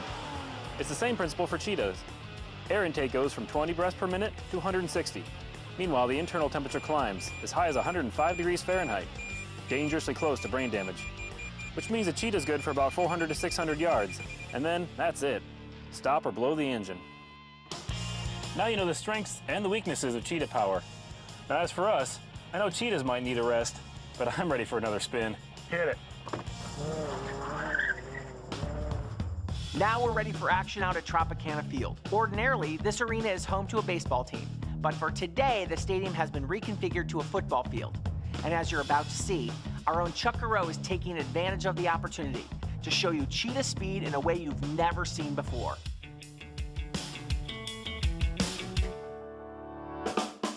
Watching cheetahs run here at Busch Gardens, Tampa, that's pretty amazing. But just how fast is the average cheetah? What we really need is a gauge for speed that we can all relate to, like a professional football field. Now, with everything measured out in yards, this is the perfect place for us to see speed. I'm out of breath. Now, what we're about to try is unprecedented.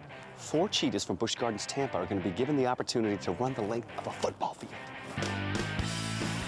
Meanwhile, we'll capture all the action with cameras placed here, here, here, and one up there. Also, take a look at this. It's an ultra-high-speed camera. If all goes well, we should capture some incredible details. But first, let's address safety. So, Tim, tell us about the protocol that goes into all this. Well, we locked down the stadium today. I brought all of my trainers with me, and of course, the cheetahs have been trained for this behavior. All we need to do now is put them on the field and let them do what they do best. Let's do it. All right. Okay, it looks like our first cheetah is ready to go, and the clock is counting down. Now, there's no guarantees. It's all up to the cheetah. He's either going to run or he's not going to run. But if it all goes according to plan, this might be the very first time that the world's fastest land animal is running on a field that's usually reserved for the fastest humans. Ooh, here we go. Whoa, look at that. He is just burning down the field right there. That's absolutely incredible. I can't wait to see how fast he's going.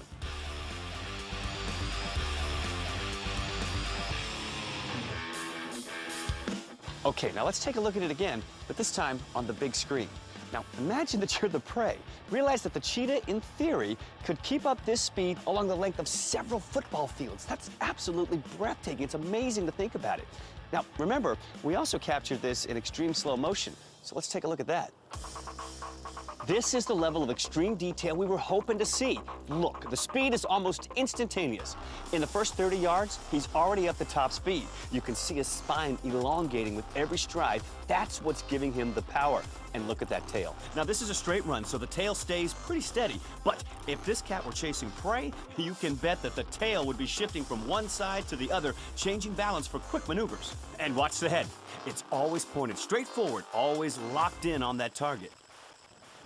As our team sets up for another run, let's talk about what would be happening if the cheetah were running at these speeds out in the wild.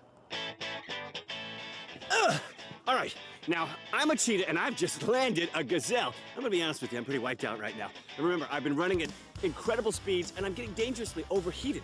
I just need to relax and cool down, but hope that some other predator doesn't come along in my weakened state and try to steal my meal. Can I get up now? Oh, sorry, Dave. Good job being a gazelle.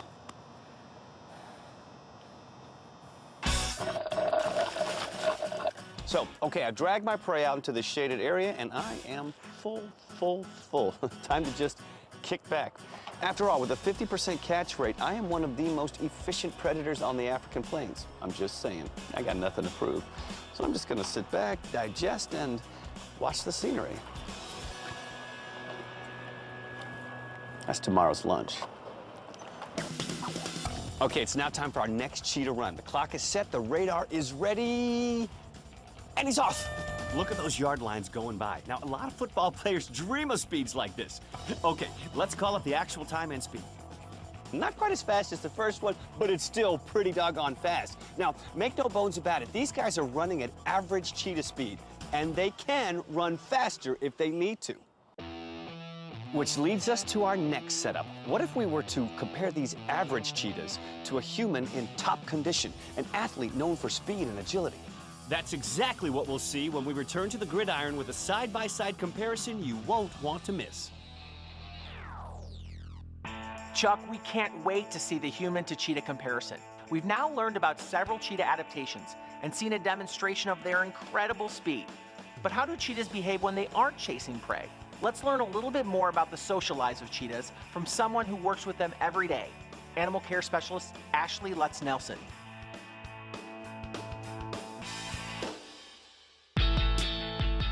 To understand cheetahs, you have to first know where to find cheetahs. While a small population survives in Asia, most of the world's estimated 12,000 wild cheetahs dwell in the open plains of Africa, which makes perfect sense. The tall grass of the savanna provides ideal camouflage. And when the moment is right, the cheetah leaps out of hiding and springs into action, taking full advantage of speed and maneuverability. Whoa, let's stop right there. If this is the cheetah image you were expecting, a solitary cat living and hunting on its own, then you're only partially right. Unlike other certain big cats, cheetahs can be highly social. For instance, while a female cheetah prefers isolation, male cheetahs are just the opposite. They band together in small groups called coalitions. There are no hard rules who joins a coalition. Often, it's brothers from the same litter. Though some coalitions do include unrelated males. Either way, one of the male cheetahs will emerge as the dominant leader of the coalition. The coordinated approach of a coalition provides lots of advantages. Greater success as hunters, greater protection from other predators, and better odds when it comes time to fight single male cheetahs for territory. Males in a coalition are also much more likely to do well in finding mates, and that's where things get a little peculiar. Remember, in normal situations, the female prefers isolation, but come mating time, everything changes. Now, there's nothing unusual about employing a few upgrades to attract attention. A little makeup, some sweet-smelling perfume, maybe a cute top, all perfectly normal, right? Well, when it comes to cheetah's means of attraction, let's just say it's a bit unusual. When the female is ready to mate, certain hormones are released in her urine. This new scent attracts males and sends a clear signal to all potential suitors. It's mating time. Mating can include frequent contact over several days, but then the males lose interest and disappear, leaving the female to raise their young. Cheetah mothers nurse, groom, and do the best they can to protect cubs from other predators. Honestly though, the protection part has its severe limitations. Even though mom moves and hides the cubs frequently, it's still a losing battle, with lions, hyenas, baboons around looking for an easy meal. As few as 10% of wild cheetah cubs make it to adulthood. Despite all the surrounding hazards, cubs still somehow manage time for play. Rough and tumble games prepare young cheetahs with the skills they'll need to survive. They also begin learning and practicing the cheetah way of communicating. If you're expecting the roar of a lion, sorry, think more of the lines of this guy. Cheetah vocalizations include bird-like chirps and bleating noises, as well as hissing and growling, and a good amount of purring, just like this house cat. Okay, so not the most fearsome in the sound department. However, with mom's help, cubs do grow into formidable hunters. By the age of 18 months, cheetahs are ready for their own territory and their own coalitions. By 3 years of age, the female cheetah is ready for mating, and the whole cycle starts over again. Now, as social animals, it makes sense that cheetahs form relationships with other cheetahs. However, in special situations, cheetahs are capable of forming relationships outside their species. Just consider the case of Cassie and Matani. Cassie came to Busch Gardens as a rescued cub, and from the start, caregivers knew they had a challenge. With no other cheetah cubs around, who would Cassie form a sibling relationship with? The solution? Another rescued animal, but not a cheetah. Instead, the animal care team found a yellow lab puppy in need of a home. Enter Matani. After initial introductions, the two quickly became the best of friends. They play the same roughhouse games, they share the same habitat, and eat their meals together just like you'd expect to see with coalition siblings out in the wild. And even as Cassie now rapidly matures into a full-grown cheetah, the sibling bond with Matani still endures, proving that a cheetah's need for social connection transcends the instinct to stay with its own species. Just like coalitions in the wild, Cassie and Matani are expected to stay together for the rest of their lives. Now it's time to go back to Tropicana Field, where our own Chuck Carreau is ready with a special guest and the Human Cheetah Challenge.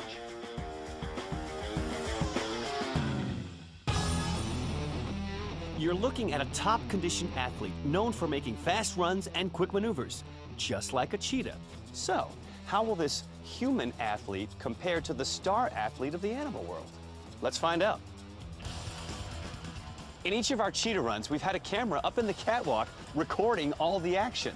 Now, it's time to use that footage. And thanks to some video magic, we'll be able to see the human and cheetah in a direct comparison of speed and time. It'll be as if both were running side by side. How you feeling today? Yeah, pretty good. Pretty good? I'm assuming you've never done anything like this before, race against a cheetah. No, never even dreamed of anything like this. Kind of looking forward to it. Yeah, I mean, not everyone has the opportunity to race against a cheetah, but you're going to do it. Yeah, definitely, you know, being a fan of big cats, it's a great opportunity to come out and you know, do something that I like to. Now, any thoughts on how you're going to compare? Probably not very well, you know. They're pretty fast animals, so we'll see what happens. They are fast, but I hear you're pretty fast, so we're going to see. All right, we'll see. Well, it looks like he's ready, and he's off. Now, we knew this man was fast, but he is going fast. He is not holding back. That is cheetah speed right there. Let's see how he compared against the cheetah. Here's his top speed, 24 miles per hour. Now, by human standards, that is impressive. But now, let's take a look at the same footage and bring it head-to-head with the cheetah. And here they are, side by side. The cheetah's immediately off to a faster start, and take a look at this. The cheetah's already at the 50-yard line. The human athlete is only at the 30. So how do you feel it went? Exactly how I thought it was gonna go. I didn't win. So, you know, like you said before, they're the fastest land animal and really didn't stand a chance. Yeah, you gotta respect the power of the cheetah. Absolutely. All right, thanks, man. Yep, thank you. Looking at the slow motion, you can see similarities and dissimilarities. Both have long strides. Both exhibit incredible focus, but the difference is definitely in the time. The cheetah's top speed, 44 miles per hour. Meanwhile, our athlete's best speed, 24 miles per hour. That's a 20-mile-per-hour difference without the cheetah even knowing he's competing. What you just saw is just the beginning. Check out behind-the-scenes views and additional high-speed cheetah run footage at shamutv.com. Our care for these animals illustrates a positive example of the human-animal connection. However, we wouldn't be telling the whole story if we didn't face a hard truth. Cheetahs are in a race against time for their own survival. As Conservation Ambassador Julie Scardini explains, although human impact has played a heavy role in pushing cheetahs to the edge of extinction, we also have the ability to ensure their survival. You're looking at the oldest of the big cats. In fact, the earliest known cheetahs date back some 4 million years. But to understand the plight of the modern cheetah, you just have to go back, 10,000 years, to the end of the last ice age. Brr. By the time things thawed out, as few as 500 cheetahs existed, which means today's cheetahs all come from a handful of common ancestors, sharing so much DNA, it's as if they're all identical twins. This lack of genetic diversity limits their breeding success and ability to ward off disease.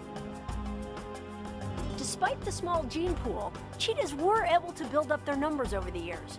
But then came the worst threat of all, human-caused impacts. The cheetah is an animal that doesn't do well in protected game reserves, so 90% of the cheetahs living out in Africa are found outside of protected areas where they're in direct conflict with humans and their livestock. No matter how you add it up, cheetahs are on the losing end of that conflict. In a relatively short amount of time, cheetah populations have suffered dramatic declines. Hunting and poaching have definitely taken their toll. However, the real impact comes simply from the number of humans now living in traditional cheetah ranges. There's less prey to hunt and less space to hunt in. Most of the cheetahs are found in fragmented populations. 2/3 of them are very small populations, maybe 50 animals, 25 animals, throughout about 2/3 of the country. Which is why groups like the Cheetah Conservation Fund are so important. As head of CCF, Dr. Lori Marker hopes to stabilize and restore cheetah numbers. From our base in Namibia, where we have a research and education center, we're working to save the wild population of cheetahs from Namibia and throughout the range. So here's the basic challenge. You've got humans that need land to grow food and raise livestock. You've got cheetahs that live on that land and sometimes have to prey on that livestock. You want to save the cheetah, but you don't want to hurt the farmer's livelihood. What do you do? We work with the farming community to protect their livestock, grow their wildlife, and actually maintain landscapes that allow predators like the cheetah on their land. The Cheetah Conservation Fund also provides one other key solution: dogs. Specifically, Anatolian Shepherds. CCF breeds and then places the dogs with farmers to guard their stock. And the Cheetah Conservation Fund teaches the farmers how to care for and utilize the dogs. And they also provide free medical care for the animals. To date, nearly 200 Anatolian Shepherds have been placed as livestock guardians and have had a dramatic impact by reducing the number of wild cheetahs trapped and killed in Namibia. And cheetah conservation can also happen closer to home. The White Oak Conservation Center here in the U.S. is renowned for research, rehabilitation, and conservation of a variety of animals, including cheetahs. The goal is to increase genetic diversity and bolster population numbers. Every cub that's born, we look at within a 2-year period trying to place them into another zoological institution. The Cheetah Species Survival Plan sets up so that we can look at the genetics of all the individual animals, and then we'll have a better idea of who should be breeding with whom and who shouldn't be breeding with whom, which is very important as well. This work to strengthen the cheetah's genetic mix, combined with a better general knowledge of cheetah numbers and movement, as well as conservation in their native ranges, should contribute greatly to this amazing cat's survival. But when it comes to saving a species, the work of conservancies like White Oak and the Cheetah Conservation Fund are only part of the story. The other part is you. There are so many ways to get involved, plus a wealth of online resources to turn to. One place to start is our own Shamu TV Saving a Species webpage. Make a visit, learn more about cheetahs, and then share the knowledge with your friends. Before you know it, you'll be plugged in with people all over the globe, all committed to making sure cheetahs stay with us for generations to come. Now let's turn back to our experts for a quick recap of what we call Saving a Species Wild Round. Each expert has 15 seconds to give a quick overview of their top content takeaways. Remember, 15 seconds, starting now. With today's demonstration, we should all walk away with a greater appreciation for the cheetah, a magnificent animal, knowing that when its survival's on the line, it can be even faster and more agile in the natural environment. Everything about a cheetah is over-engineered. That big old heart. Flexible spine. Non-retractable claws. Black stripes under the eyes to absorb sunlight. Guideliner, yeah, I like it. Rudder-shaped tail. Really tiny head. Don't mention the head because they don't like it. It makes them faster though, it's aerodynamic. Tigers don't have little heads. Cheetahs are an amazing and unique species of cat. They're playful, they're social, they form coalitions with their brothers that last a lifetime. They even have vocalizations similar to small cats, even though they're as big as a large cat. There's no reason cheetahs can't survive. It just takes awareness, knowledge, and positive actions. After all, it worked for the American alligator, the elephant seal, and the bald eagle, to name a few. When we care, do the science, and act, we can all help save species. Today we've learned about cheetah adaptations, their speed and social life, and hopeful plans for their conservation. But that's just the beginning of the story. To learn more about cheetahs and other incredible animals, visit shamutv.com. Each week we'll post activities, games, and behind-the-scenes videos to help inspire you to make a difference in the lives of cheetahs. We'll also encourage you to become a fan of the SeaWorld and Busch Gardens Conservation Fund Facebook page.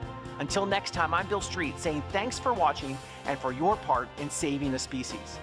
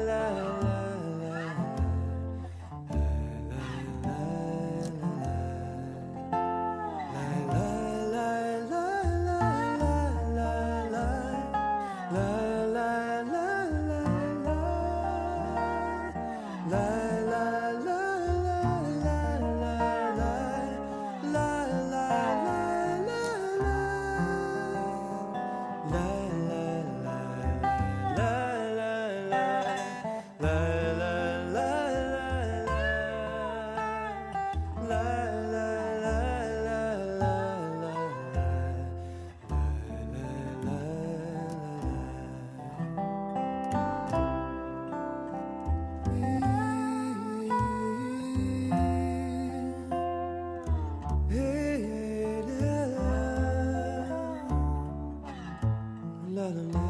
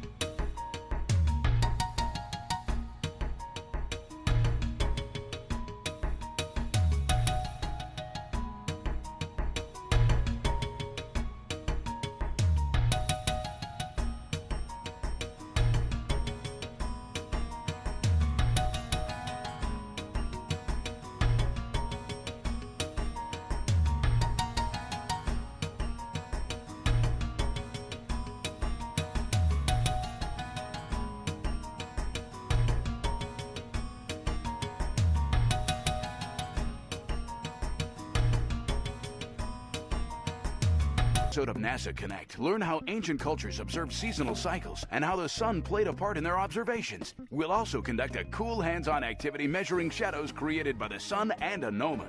Stay tuned for another exciting episode of NASA Connect, Ancient Observatories.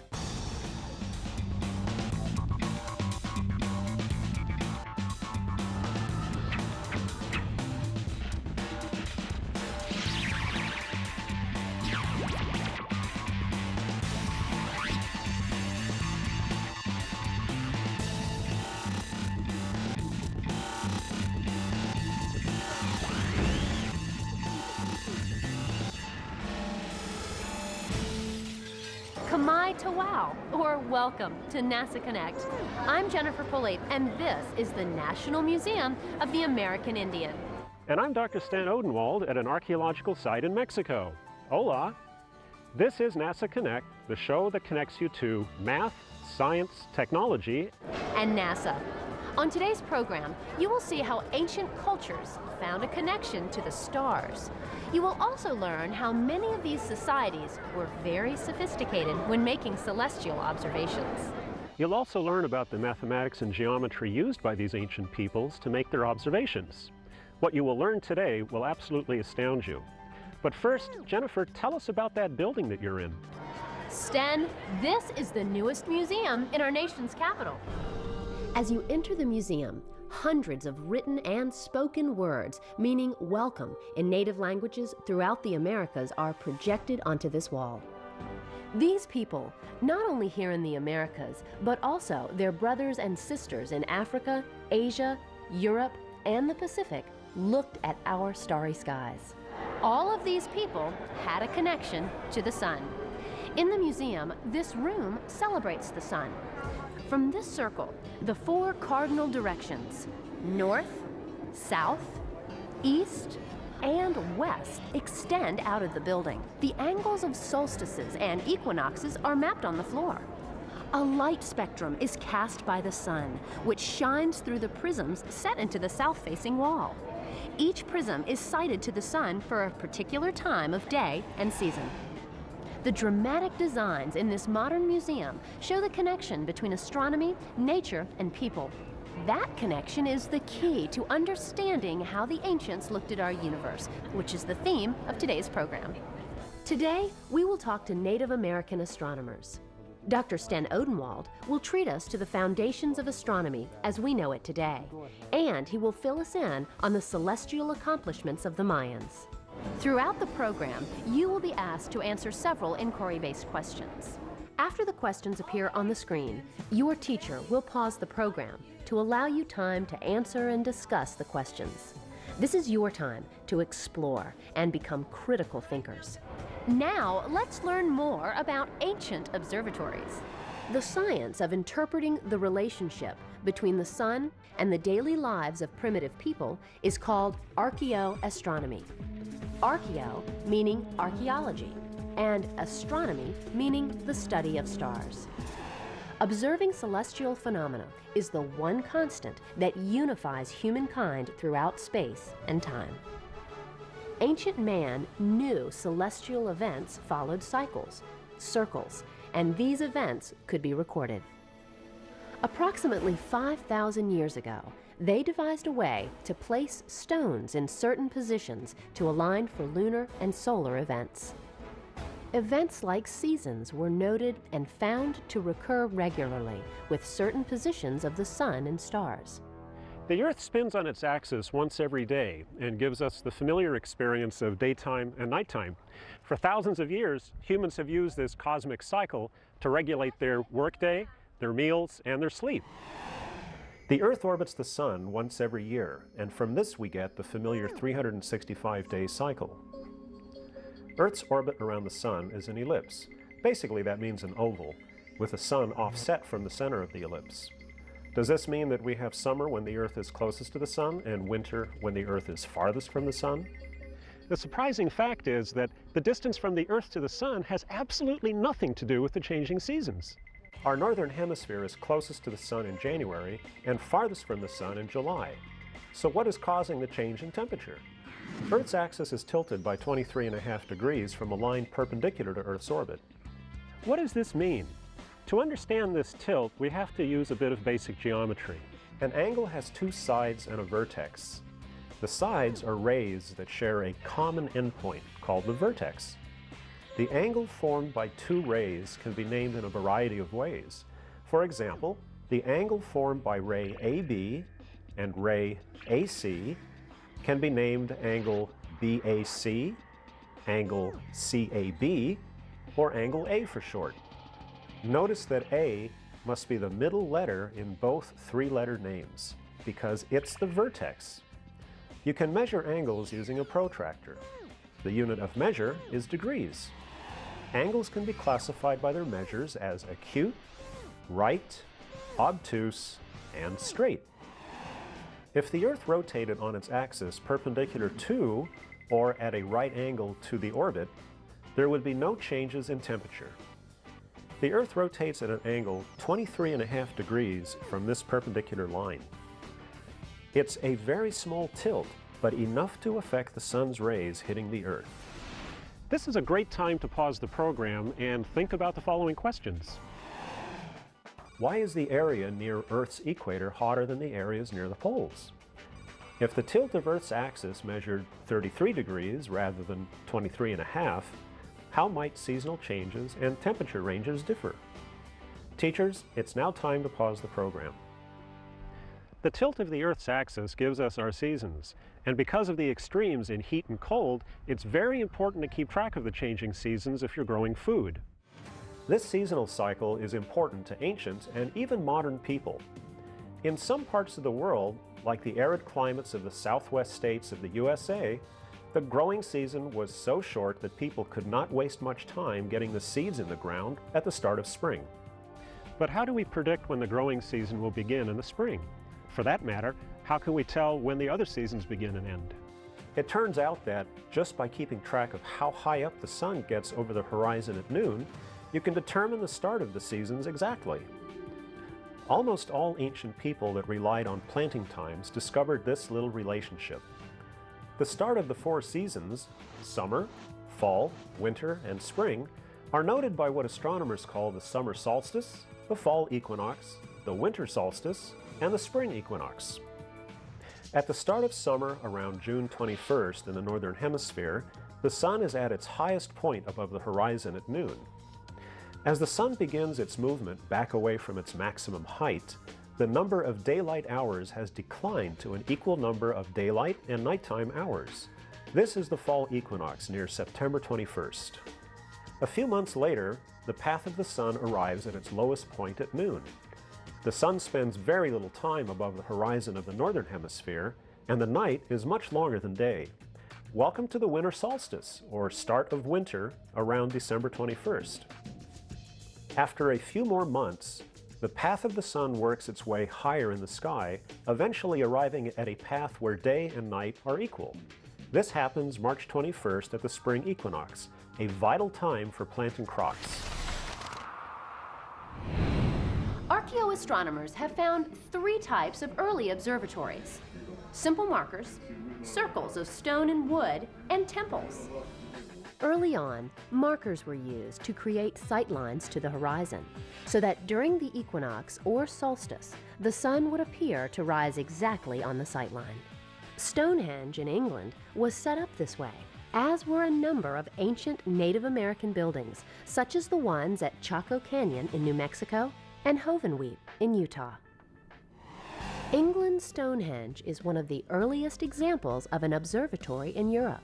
Stonehenge is a large calendar capable of predicting the equinoxes and the solstice. Before Stonehenge, in 3000 BC, the ancient Egyptians had devised a solar calendar of 365 days, the starting point of which hinged on the heliacal rising of the star Sirius, which also happened to coincide with the summer solstice and the annual flooding of the Nile.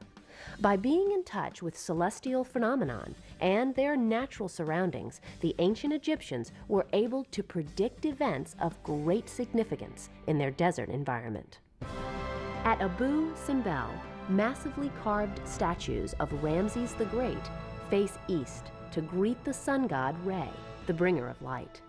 As the sun rises each day, the statues are illuminated again, perhaps a sign of rebirth for Ramses. But the most compelling is a passage to the temple's inner sanctuary, which is aligned so that on October 18th, the sun filters into the sanctuary, illuminating a statue of Ramses. While October 18th doesn't mean much to us in the Western world, this October date corresponds to the beginning of the Egyptian civil year and the celebration that occurred during the time in which Ramses lived. It was the Greeks, however, that created the first portable cosmological tool for keeping track of these motions, a stick. The Greeks actually called it a gnomon, and it was used to keep track of the shadow of the sun. Actually, it's a little bit more difficult than that because the shadow depends on your latitude.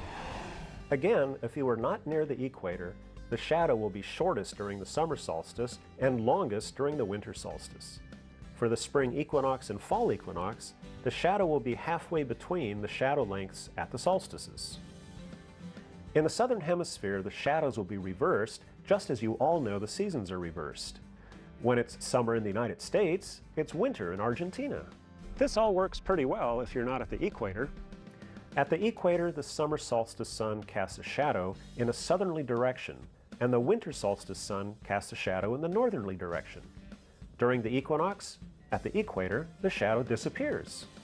Oh, and another thing that they were used for is sundials. And it looks to me like it's time to go back to Jennifer.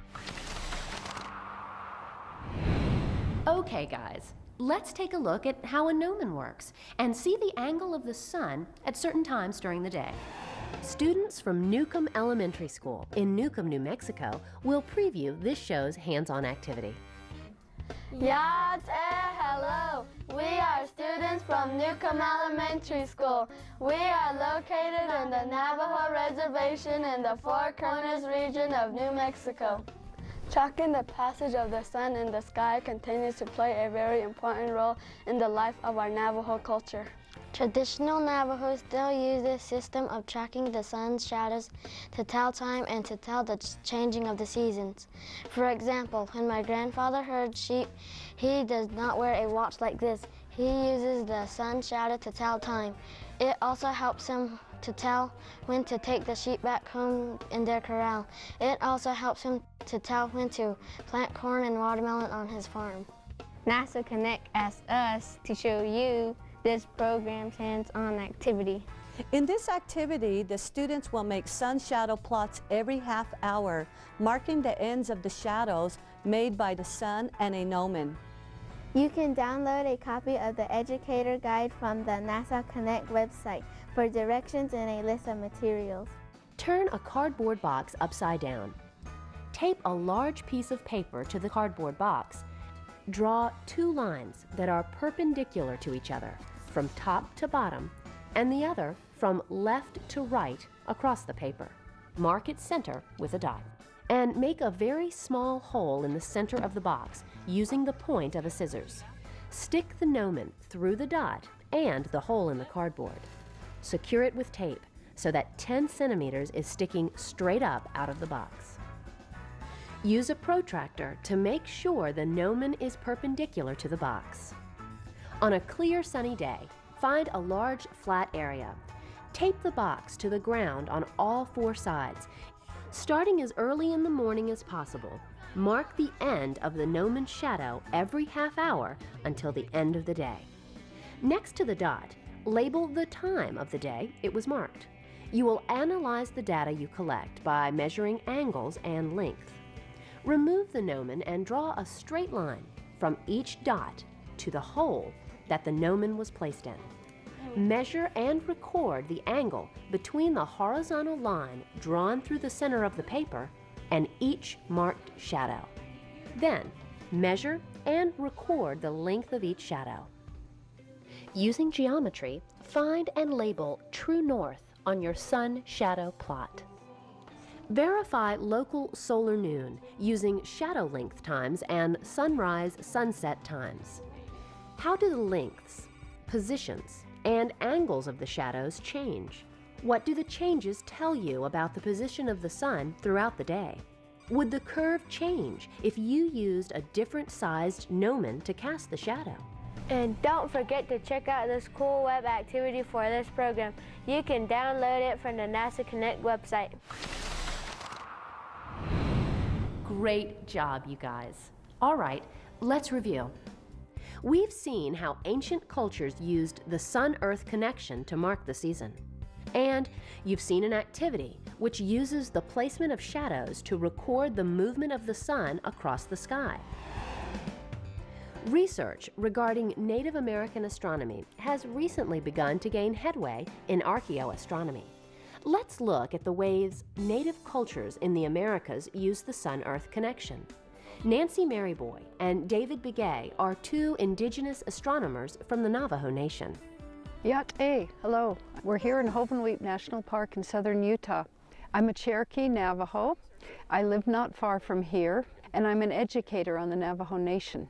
A cultural astronomer means you deal with the astronomy of your own culture, and we put things within the context of a native worldview. Right behind me on the boulder, you can see an indication of a solar phenomena. On the boulder, there's two images. One's a concentric circle, one's a spiral. As the sun begins to rise, shafts of light come in from each direction. And as the sun continues to rise, the lights meet in the center. This only happens once a year. This phenomenon occurs on the longest day of the year and is a very appropriate way to mark time. This can be a very harsh environment to live in. It can be hot, it can be cold, and it can be very dry. In order to survive, people had to live in accordance with the natural environment, and that meant the natural cosmic environment, the sun, the moon, and the stars. It was very important to track the path of the sun and the moon and certain constellations, and to do that, people used natural markers like petroglyphs and sun and moon alignments. Remember, there was no watches, there was no timekeepers, there was no calendars. My name is David Begay. I am a cultural astronomer. I've been living out here for many years. My clan is Maidishgijni. This clan is a descendant from the Jemez Pueblo people.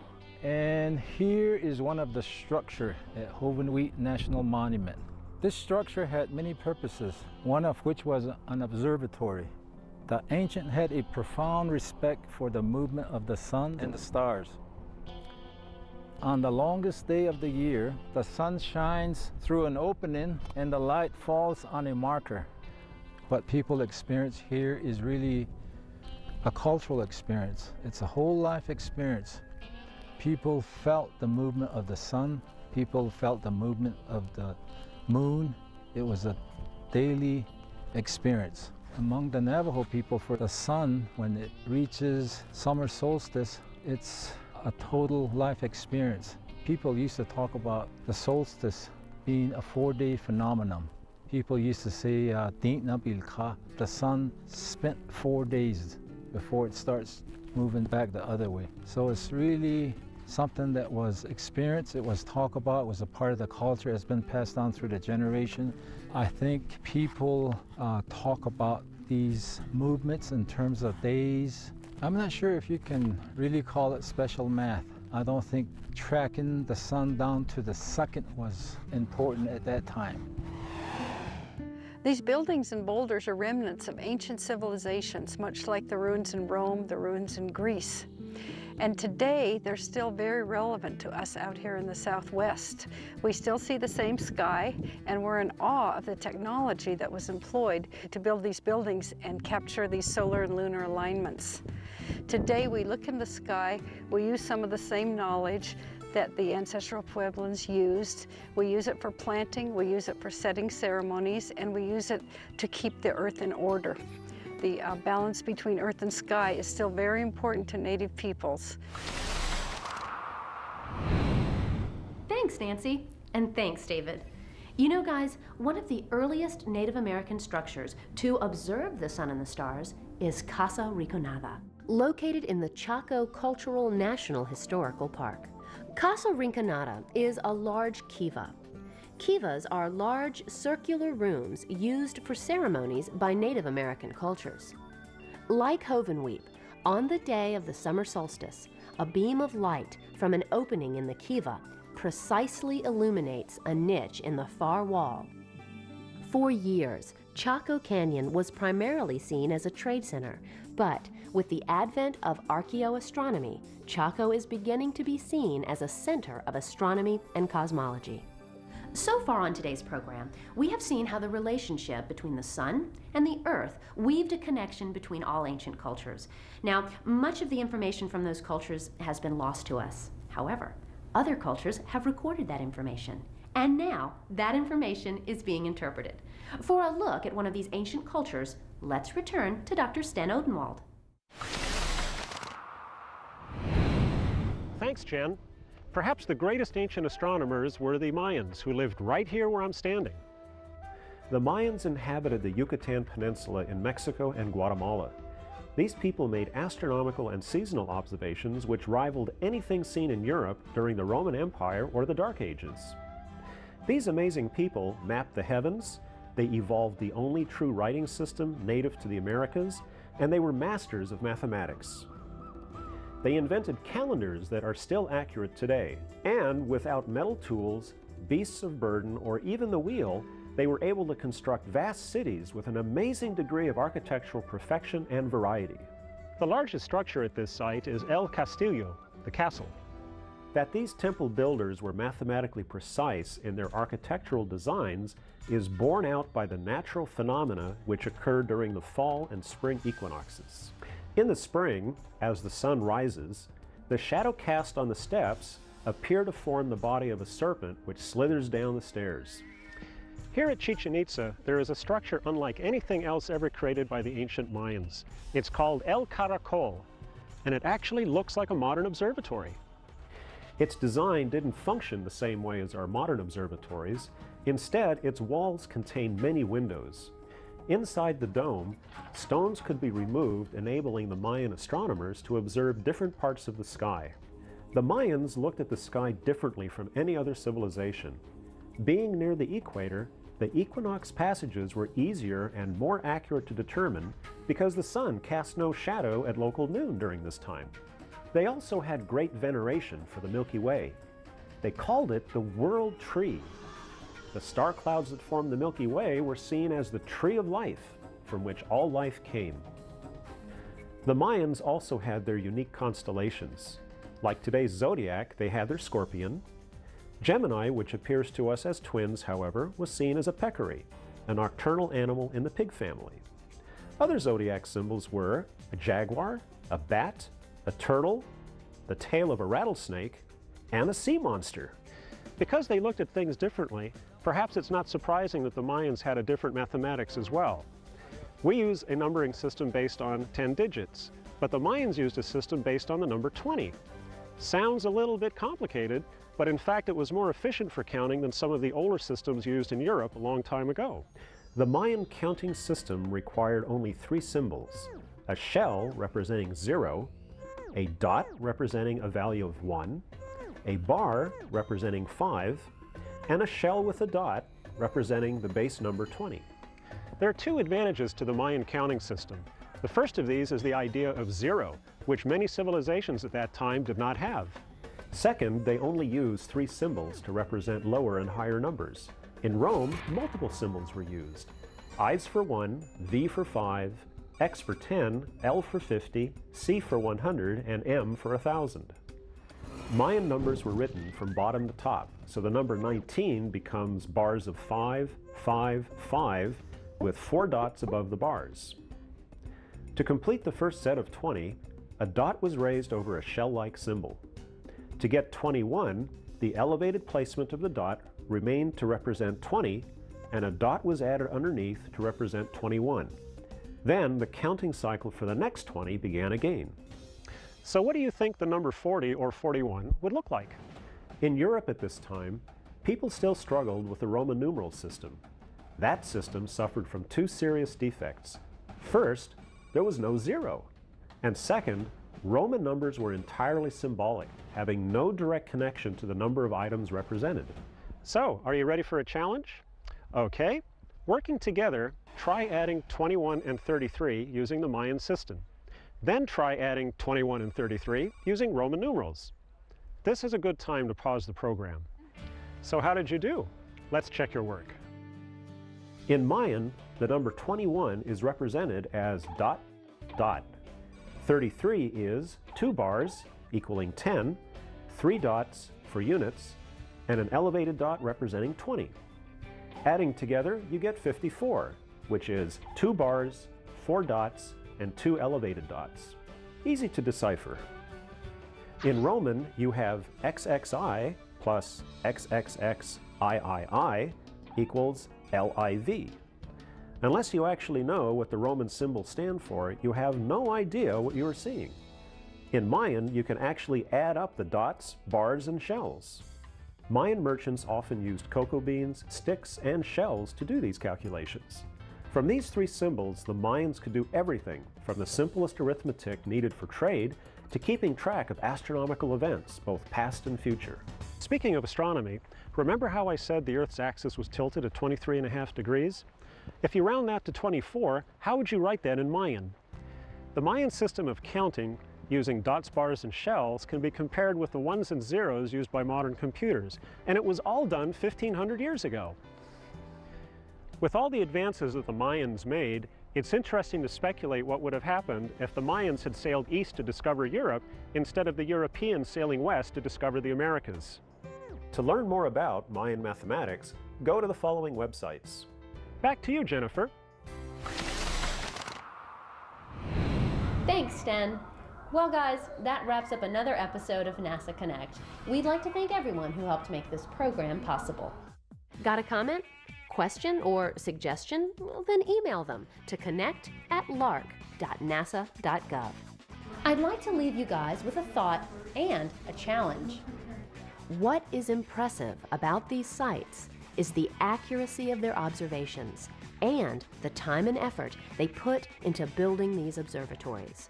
Looking back at these buildings and places, we see that the ancients had a natural connection to their environments and that they were also capable of high-tech accomplishments in their own times. So now, here's my challenge. How do you think people 300 or even 1,000 years from now will see us through the artifacts that we leave behind? Until next time, stay connected to math, science, technology, and NASA. Goodbye for now.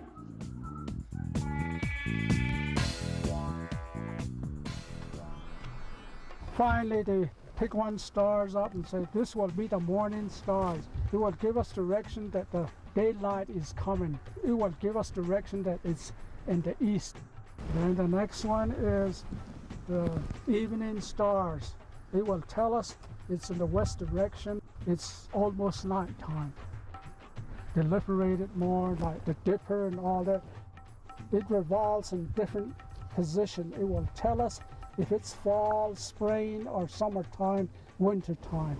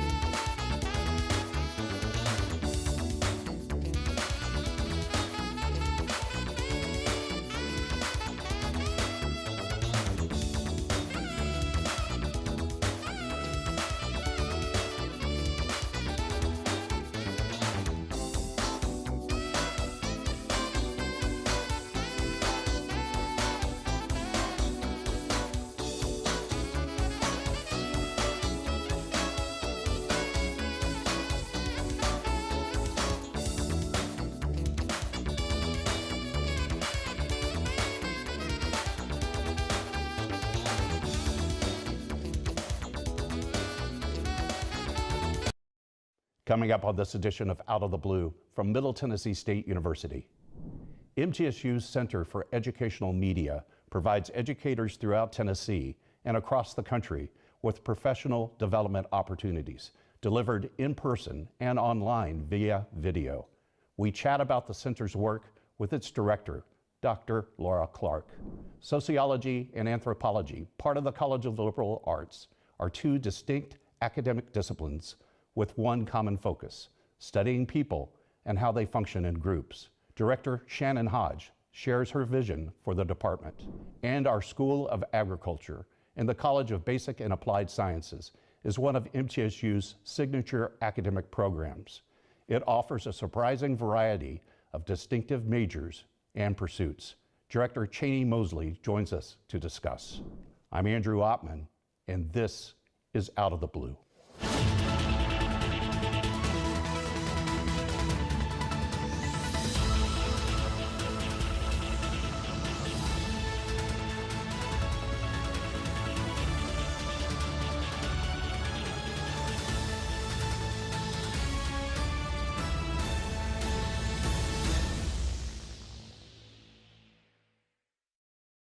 Welcome to Out of the Blue. I'm Andrew Ottman.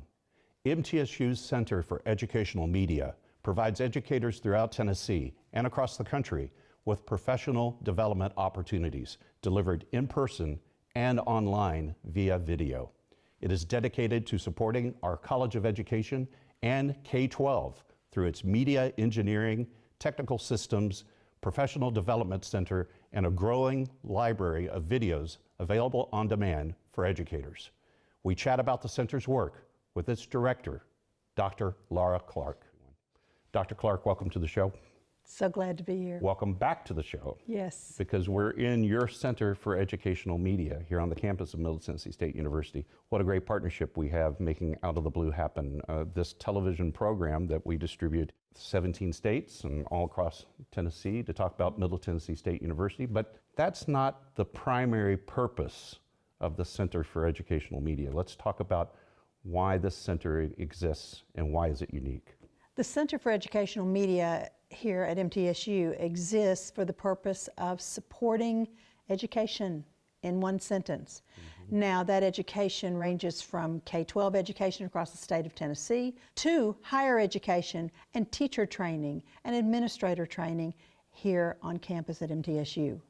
So we are dedicated to supporting and training and continuing the lifelong learning of educators in Tennessee. And what a great history this center has had. It started as a satellite distribution center for educational lessons to be beamed into classrooms back before the internet was really the thing, of course.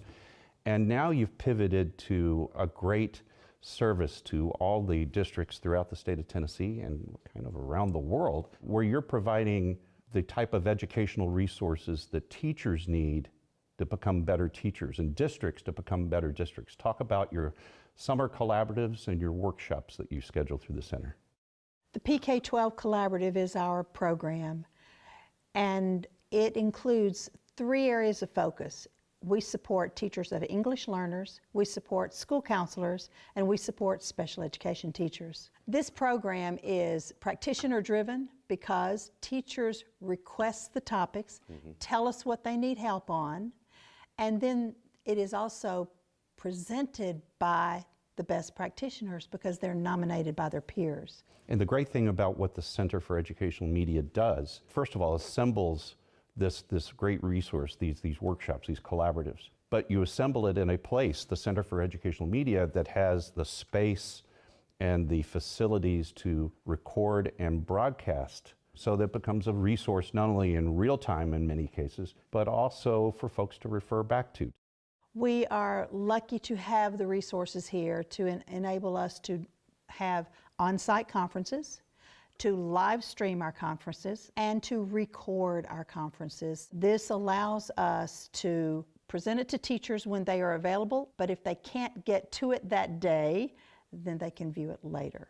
Over the coming year, with our 9 conferences that are planned, we have the capacity for having over 1,300 educators in our space in the coming year. That's fantastic. You partner with a lot of state agencies. There's always someone from the Tennessee Department of Education attending one of your collaboratives, which is a great opportunity for these educators to connect with that resource. Why is it important, and who are you partnering with the state? It's important for us to connect with the drivers of education in this state. Every session, the Tennessee Department of Ed is present and available for Q&A.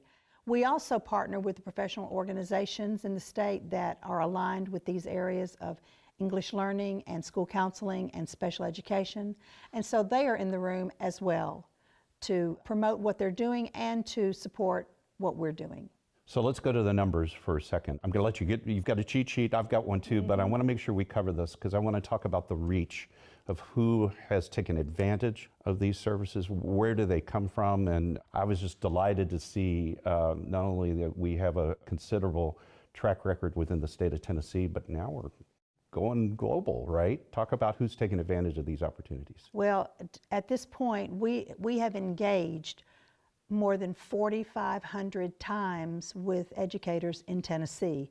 Now that includes public schools, private schools, charter schools. We've also engaged with 53 institutes of higher education or other education agencies in the state of Tennessee and outside of the state. We've had teachers from 135 school districts out of 140 something in the state, public school districts, and a few countries, New Zealand, Ireland, Great Britain, and one teacher from Saskatoon, Saskatchewan, Canada has attended multiple times. So wow, you know, we need to get her in a graduate degree program. Yeah.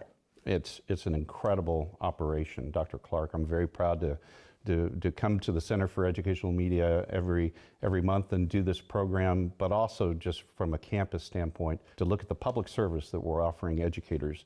Well, Dr. Clark, there's got to be a place I can go on the web to find out more about the center. What's your web address? Our website is cem.mtsu.edu. And there you can register, and registration's open now for the summer academies. And you can also view our videos in our video library on demand that we've done from previous conferences. And of course, it shows on True Blue TV, the university's television station that we operate in partnership with you. Thank you for that. Proud to have that content on there. Dr. Clark, congratulations and thank you for everything the center does and the public service you do to the state of Tennessee and beyond. Thank you for being our partner and supporting our work. And we'll be right back. And that's how electricity flows.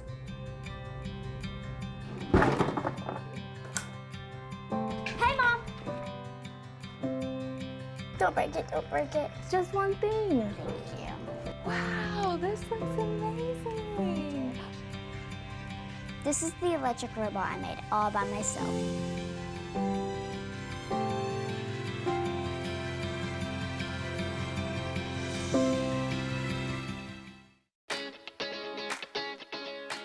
I help people. I create music. I shape the future. I am an entrepreneur. I inspire people with more than words. I ride forward. The sky is not my limit. Find your blue at MTSU.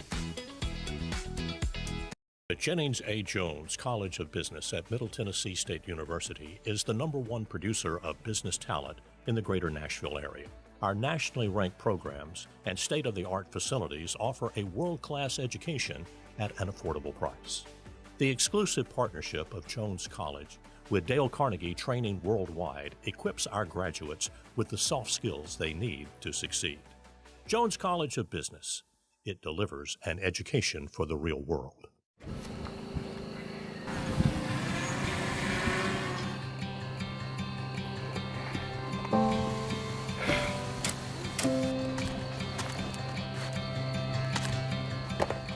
Oh, you all right? Say hi to Becca for me. Hey, Greg. Thanks for the extra delivery this week.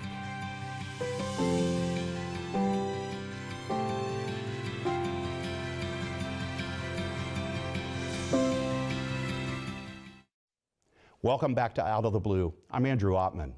Sociology and anthropology, part of the College of Liberal Arts, are two distinct academic disciplines with one common focus: studying people and how they function in groups. Students in this department go on to careers in public service, nonprofit organizations, higher education, and the private sector, equipped with skills to help them understand and resolve social and cultural problems. Director Shannon Hodge joins us to share her vision for the department. Shannon, welcome to the show. Thank you for having me. It's great to be here. It's always great to have a first-time guest on Out of the Blue. Yes. And it's great that you're here to talk to us about a really unique program at the university, the Department of Sociology and Anthropology. So we're gonna, in the brief time we have together, we're gonna guide our listeners and viewers into both of these very unique programs. But let's talk about the things they have in common. What's something that these two areas of study share? So we are interested in people. Sociologists and anthropologists are interested in people, and particularly we're interested in people and how we operate in groups. Mm-hmm. And that's kind of the difference between us. But the commonality that we have, there's a famous quote that's one of my favorites that Mr. Rogers said, that when there's trouble, look for the helpers. Mm-hmm. And we're probably not the ones that are running into burning buildings. But we are helpers as both sociologists and anthropologists, we're helpers in a broader sense, that we are the people who have the skills and the understanding and the training to understand how people operate and why we do what we do as humans and as members of society. And so we are equipped to understand how people function and then to help. So that's when we talk about sort of the professions that both sociology and anthropology students go into. We're really in those helping professions. I love that quote from Mr. Rogers. It's Absolutely. A September 11th quote that he put out there so many years ago. Yeah. Let's go a little deeper and let's define each of these areas. Give me sort of the fast elevator description of what sociology is.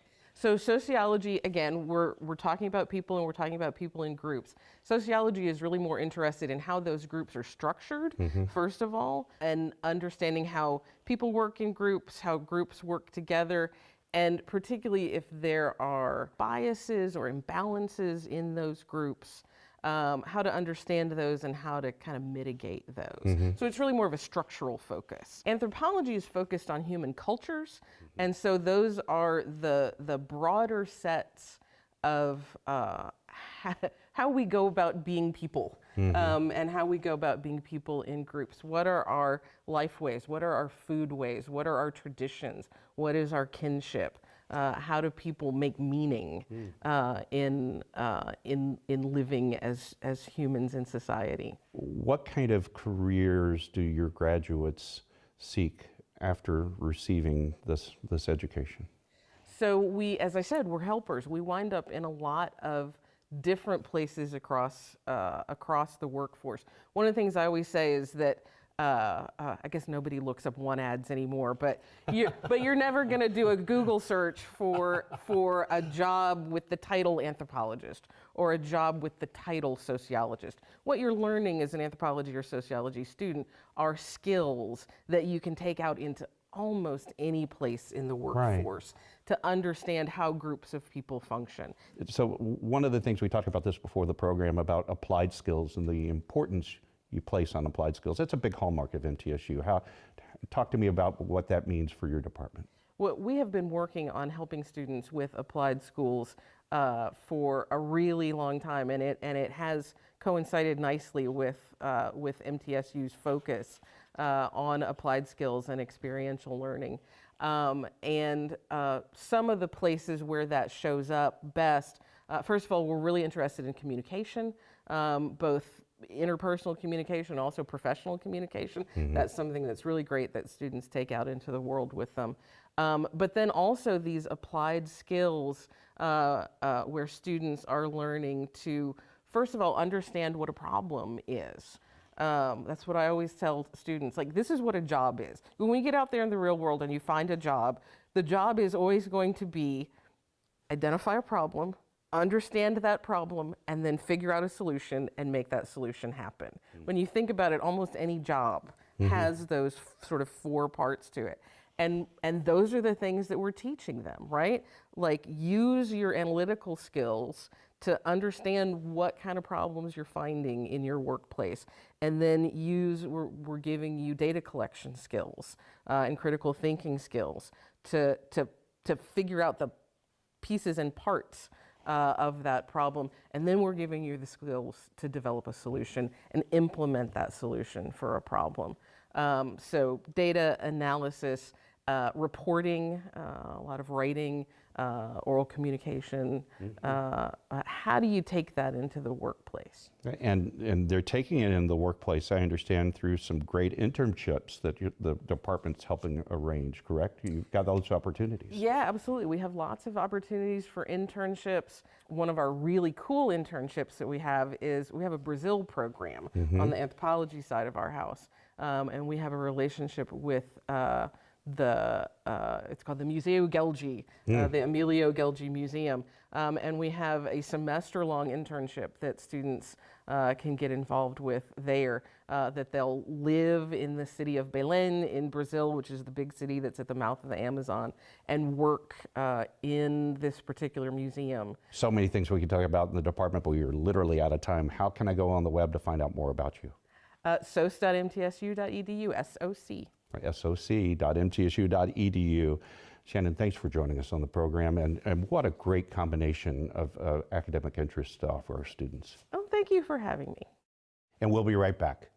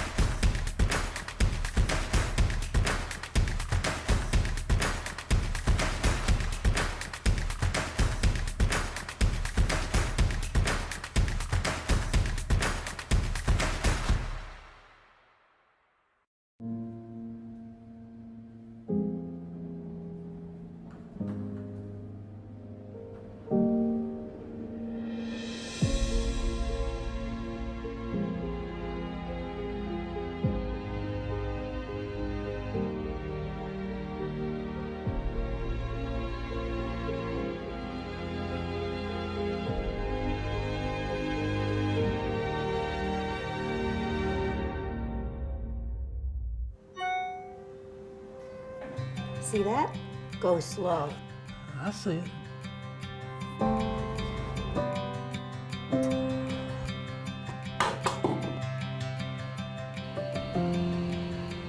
Hello. Hello.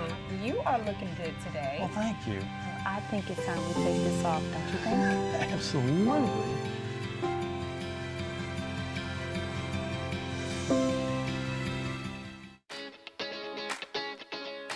I help people. I create music. I shape the future. I am an entrepreneur. I inspire people with more than words. I ride forward. The sky is not my limit. Find your blue at MTSU.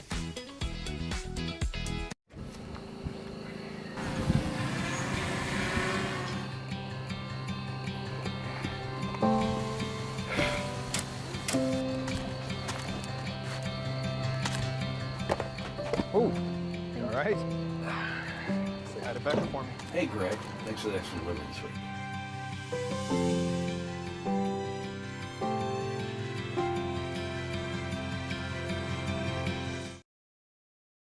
Welcome back to Out of the Blue. I'm Andrew Ottman. Our School of Agriculture in the College of Basic and Applied Sciences is one of MTSU's signature academic programs. It offers a surprising variety of distinctive majors and pursuits. It offers hands-on learning also through our farm laboratory, the Horse Science Center, and many laboratories that allow our students to engage in instruction beyond the classroom. Director Cheney Mosley joins us to discuss all of this and more. Cheney, welcome to the show. Thank you for having me. First time guest? Yes.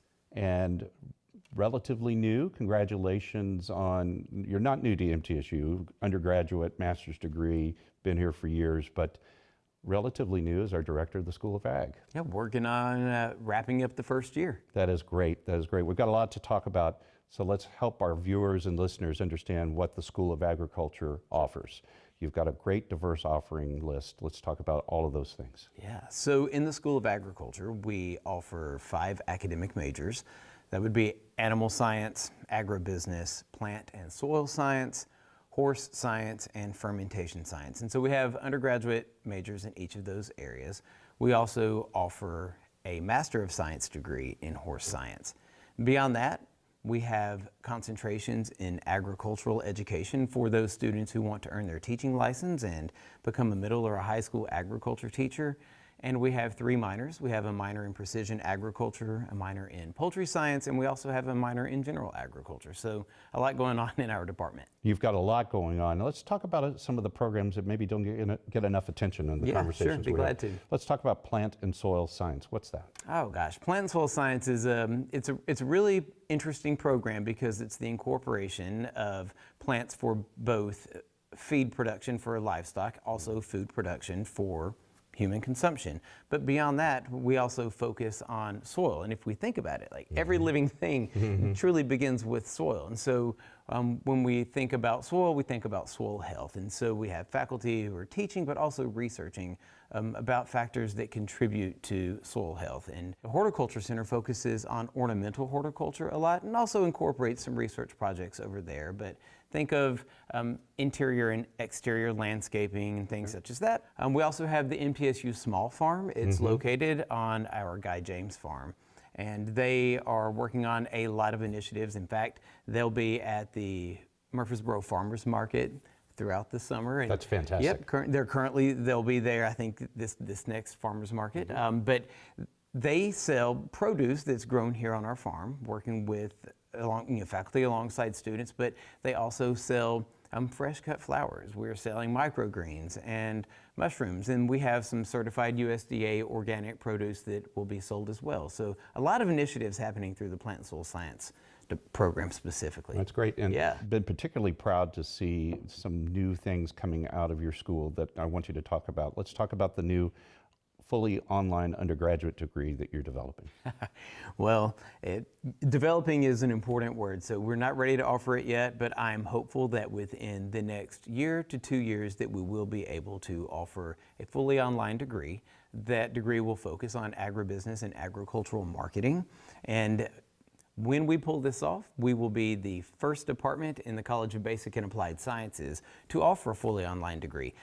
But it's critically important that we do that now so that we are meeting the demands of a diverse workforce, right? We have many folks who are currently employed full-time, folks who are raising families, and even recent high school graduates who need access to learning, access to attaining an undergraduate degree in agriculture, but don't have the capacity to attend the physical campus under the constraints of the general educational course offerings, right? So we think about the high school graduate who is staying home and is working on the family's farm, but wants that degree in agriculture to advance their knowledge and their skills. And so I think we can meet that demand by creating an online degree offering. And you've got a new undergraduate certificate in agri-analytics. What's that? Yes, I'm really excited about the undergraduate certificate in agri-analytics. It is not only open to students who are majoring in agriculture, so it's open to any undergraduate student, but the purpose of this undergraduate certificate is to prepare graduates to meet the growing demand for the technology workforce around Middle Tennessee, specifically for those with content knowledge in agriculture, but technical skills in data management and data analysis to fill these voids that the organizations have. And so we had a variety of industry partners who came on board to support the development of this undergraduate certificate. Really excited to see where it goes, but it will provide students who participate with a tremendous amount of experiential learning and connection to potential employers upon graduation. So I think it is the first of its kind in Tennessee, and I'm excited to see where this goes. Well, Cheney, we're so proud of the School of Agriculture. You're a signature program of this university, and you're putting forth the kind of public service not only to the students that take advantage of these educational opportunities, but to help a vital industry of our state. So thank you for all you do. No, we appreciate it, and we're happy to do it. And thanks for joining us on the show. Yeah, thanks for having us. And this does wrap up this edition of Out of the Blue. A reminder, you can find news about the campus 24 hours a day by going to our website, mtsunews.com. You can also find additional special content on our social media platforms, X, Instagram, LinkedIn, and Facebook. True Blue TV is available on most streaming services and our app. Broadcasting from the Center for Educational Media, I'm Andrew Ottman. Stay safe, stay on course, and remain true blue.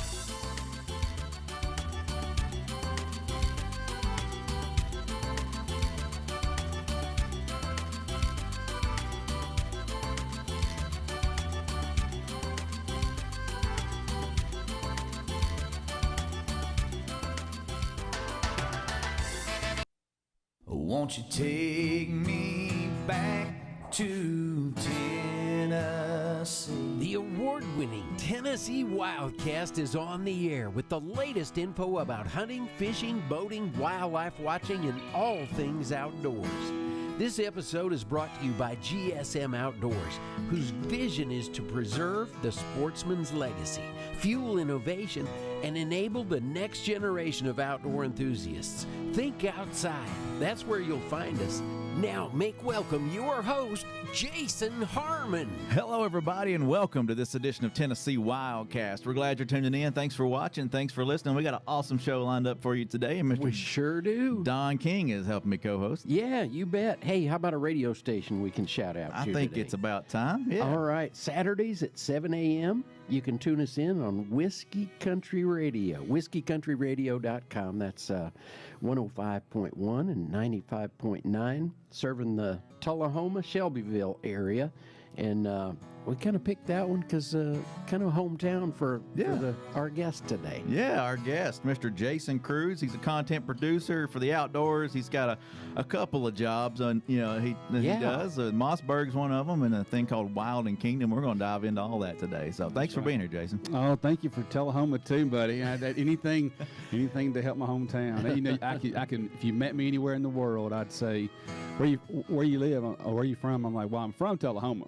Now, I tell you, I live somewhere else, but I'm from Tullahoma the rest of my life. Yep. Where are you from? And I always stumble up on that. Well, okay. I live in Wilson County now, but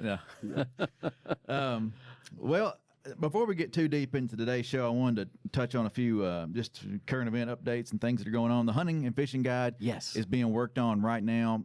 We're very close to being in production, and it'll be in your mailbox or on the shelves by August 1st, so keep an eye out for that. The seasons have already been set, and all that information is out there, but we're updating the website, updating the guide, and all that stuff. So for anybody who doesn't know, you got a huge, it's a heavy lift for you, Jason. I appreciate all the work you've done on that. I appreciate that, Don. Getting with all the divisions, and I mean, especially now since it's a combo guide, you got the fisheries. Used to be you only had either hunting or fishing, separated. Worked on different times of the year. Now it's all together. So I know you've spent a lot of time on it, and it's going to be right when it gets out there. We've had some very in-depth conversations with regions, with different program managers and things, and it's all coming together. So another current event, things that are going on, the Wild Turkey Observation Survey is underway right now, and that runs through August 31st. So if you see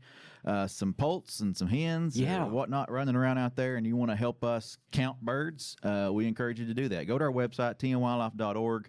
On the homepage, there's a button there for the Wild Turkey Observation Survey. Click that, and then that page that you'll end up on has all the details. You can download the information and the apps and things to help count the birds. Yep. So we appreciate you if you want to join in on that. Also, if you're interested in hunting big game on WMAs this year for this next coming year for the quota hunts, the application period is open right now. So that runs through July 23rd. So visit our website, tnwildlife.org, for information on that. If you want to go directly to apply, just go to gooutdoorstennessee.com and start the process. Yeah. If you know what properties you're looking for, they're all there. Go ahead and apply for that.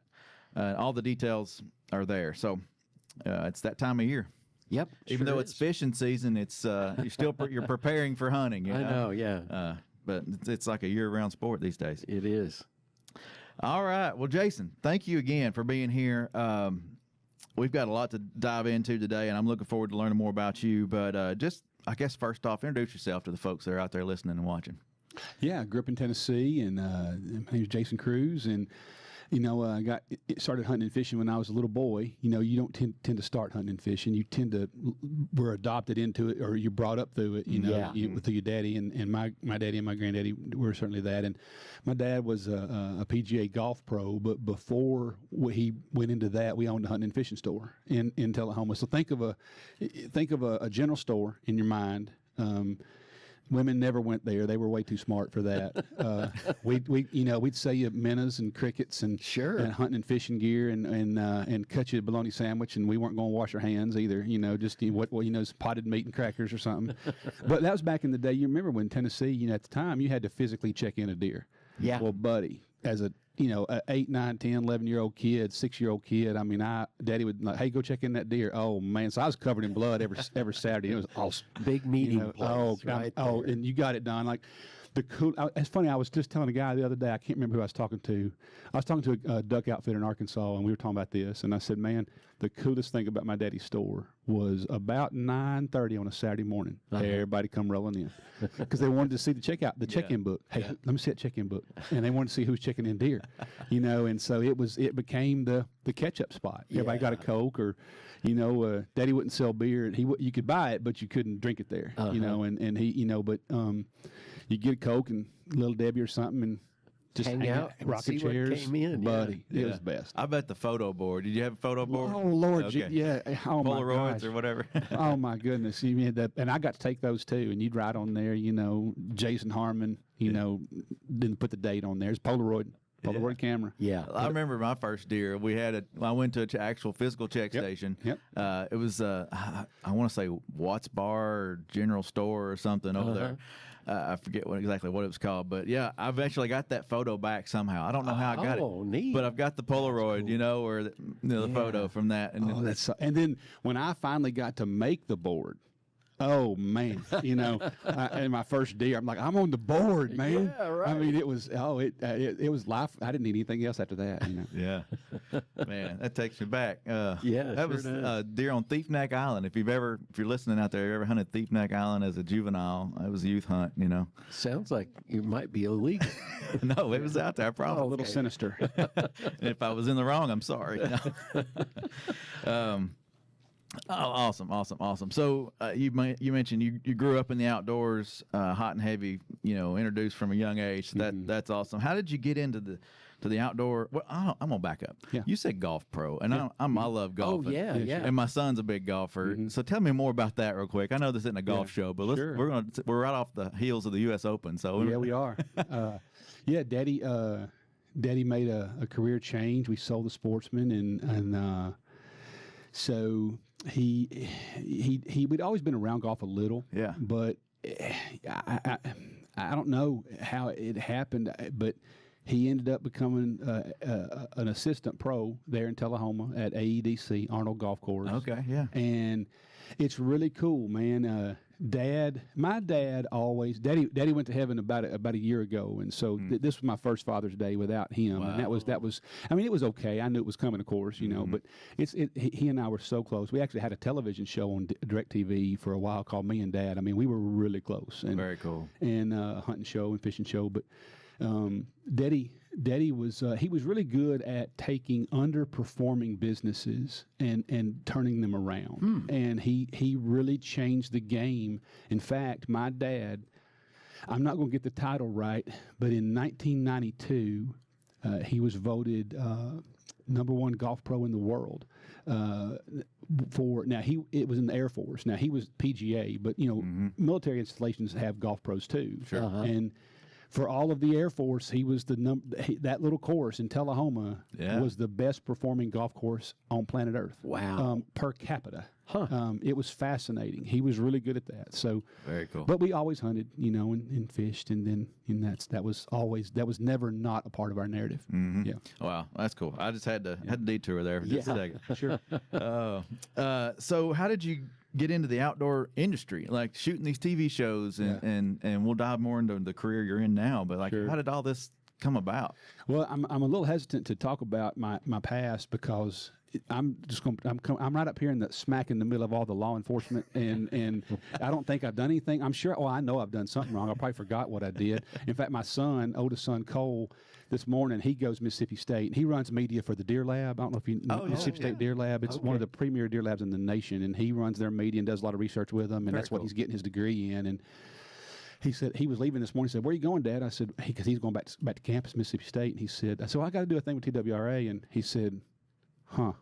So I said, I said, what? He said, well, it could be one of those traps, you know, they're how they invite everybody in to they think they're going to a podcast, but you could be getting arrested. I'm like, well, daggone, I don't think I've done anything wrong. Then it half scared me, you know. I'm like, well, gosh, I think I'm okay. I don't have any Lasiacs or anything like that going on. But one of my best friends in the world is a game warden, so you did get greeted by the director and assistant director. Yeah, y'all were waiting on me coming in. I'm like, I don't know about what's going on. It might have made you a little nervous. Yeah, dadgummit. And I gave him a heads up, make sure we got everything in order. Yeah, it's so funny, man. It's but like I just spoke at a big conference for game wardens a few months ago, and game wardens and law enforcement, and you guys have a really hard job in this world. And it's interesting, but So how I got in the outdoor industry? Well, I got started as a writer, and I was first published, and of course, that sounds big. It wasn't. I had my first words went into print in high school, and won an award, and had a teacher. Actually, I had a teacher. I was the yearbook. I was the yearbook editor for sports. Oh, okay. She walked in one day, Miss Sylvia Garner in Tullahoma, and she said, "Hey, you won second in the state," and I said, For what, Miss Garner? And because I'm a golfer, I'm like, well, I didn't go tee it up, you know, or something. And she said, no, you won second in the state for writing. And I said, Miss Garner, I'm not tracking. I don't really know what you're talking about. She said, no, honey, I submitted your work for you. You can write. You know, sometimes people just need permission. Yeah. You know, to be, and so I did not know. I said, I can't. I literally remember. I said, I can write. She said, yeah, honey, you can. And that just gave me permission. Well, if she said I can, I guess I can. Yeah, that's awesome. So I started writing and started writing faith-based articles for hunting magazines. And because, you know, people don't realize they need content too. That was back before we ever heard the word influencer or content provider. Yeah. But I knew that these publications needed material. Yeah. And if you're willing, and I get a lot of young dudes asking me how do I get started in the hunting industry. So we need to be willing to work for free. You're not going to get sponsorships. Let me tell you. I mean, I'm heavy deep with Mossberg, and I have been a long time. But these companies aren't made of money. You think they are, they're not. Right. You know, and very few are. I mean, they do fine. You know, but there's not money just laying around. You know, if you want to get started, then you need to get started, and then grow a tribe. And then once you grow a tribe, then you might have something to talk about, you know, and maybe get some leveraging. But I started writing, and that led to,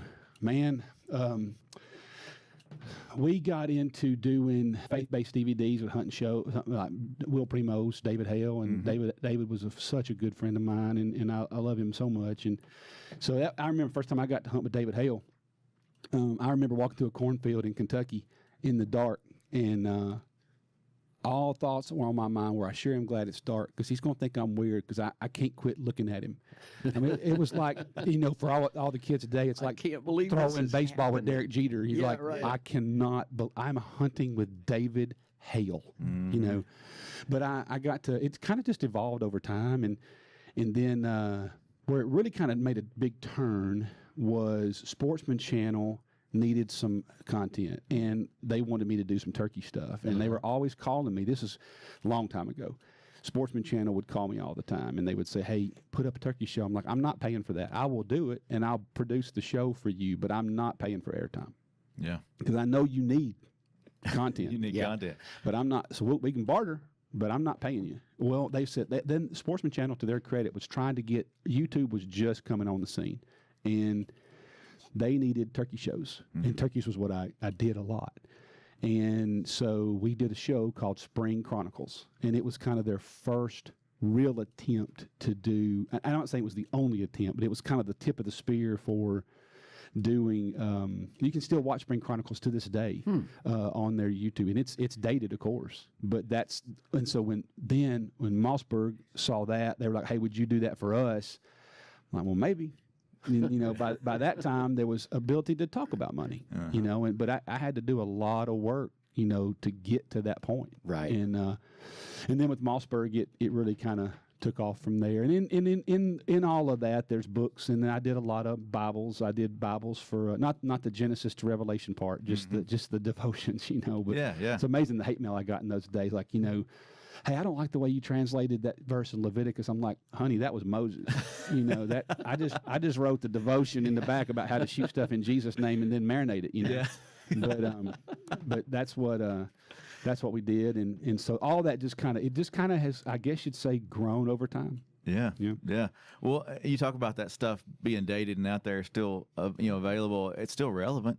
I was at a tire store the other day, and a law enforcement officer said, Jason Cruz, and I turned around and went, man, what have I done? I'm like, when a law enforcement officer calls your name, you don't think anything good. You just don't. You just say yes, sir. You just say yes, sir, and just kind of hope that this is going to go well. And it sounds like I got a pass. I don't. I think I'm just human. And I love law. I've got so many friends. My two uncles were retired Metro PD in Nashville. But anyway, he said, man, I watch all your Spring Chronicle stuff. I'm like, really? Wow. He said, I watch it every spring. And I said, it's funny. I cannot tell you the number of hunters that I have ran into all over the country that say every year they go onto Mossberg's YouTube channel, click on the Masters series. There's a playlist called the Masters, and it's just like mastering the Yelp, mastering the box call, mastering the owl hoot. And it's not like I know it's not like I'm some expert. It's just like, hey, here's how I got better. And guys, I cannot tell you the number of people that say I watch it every spring, top to bottom, just to sharpen my knife. But to your point, it's once it's digitized, it's evergreen. Yeah. Yeah. I mean, we do shows here. We're it's up to 435 episodes, I think it is, or 6. That's impressive. We've had so many episodes, and then every year we're like, well, we need to do a turkey and a deer hunting show, and this, that, and the other. Some things just never change. It's like, man, we're going to talk about the same things, but we're going to maybe talk about the same things, but it's going to be maybe presented just a little bit different, where somebody might understand it a little bit better, or we say it a different way, or Well, the body of work, it's inexhaustible. Like Cole works for the Deer Lab. He just produced for them a 4-part series on moon phases. They did I don't know how many hours it was on the moon. Yeah. And there are tens of thousands of hunters that will watch that. Oh, yeah. And it's barely edited. They just want the knowledge. Yeah. It's fascinating. Yeah. And like you said, YouTube, all these different outlets these days, it's at your fingertips. You can get it, Well, and some of our most watched shows are the down and dirty, the bare bones of, hey, what happened at the commission meeting? You know, with the deer season or the turkey season most recently. Yeah, and they're hungry for information. They really are. Well, let's dive into the career at Mossberg. I think that's very cool to work with a company like that, and video content production. You maybe wrote for them, right? I do a lot of stuff. Different stuff. Yeah, I do.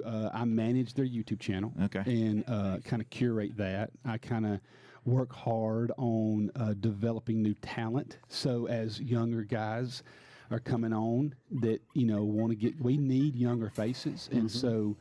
We're all the time trying to look for young dudes that want to do more than just be on the front end of the camera. They're not trying to get famous. They actually are really trying to reach that generation. And so I do that. I do produce several shows for Mossberg, and the Rugged American Hunter show, which was not about me. I get a lot of grief from my buddies like, yeah, Rugged American Hunter. No, that actually Mossberg's marketing slogan for a long time was built rugged, proudly American. And so we did Rugged American. And so the Rugged American Hunter would be like you or you, Don. Like it would be like, hey, this is a guy named Don. He's a farmer. He's built a really cool duck blind. It's just a human interest story. Yeah. And I love human interest stories. So the Rugged American Hunter is people you'd never meet, but they're just cool dudes, that you might run into at the co-op, so that produced that show. That's a long-running show for Mossberg. And then I produce a lot of other things for them, and then I write, and we do some social media projects. So it's kind of all more like front-end work for engaging the hunting community. Yeah. Well, before we dive into some of the other things that you're into, I kind of breezed over this, but how was your turkey season? We're just coming. Awful. Yeah. All right. Yeah, it was awful. We're just coming off of it. That was short. It was short. All right, moving on to the next topic. Yeah, next. It was tough. But I'll tell you though, it's just like so many other things, weather related. Now I know some guys that had a great turkey season, but in other words, they killed 2 birds, or whatever. But we hunt a lot, we film a lot, and this year I knew in March I was going to have a tough turkey season, and it didn't open to April 12 this year.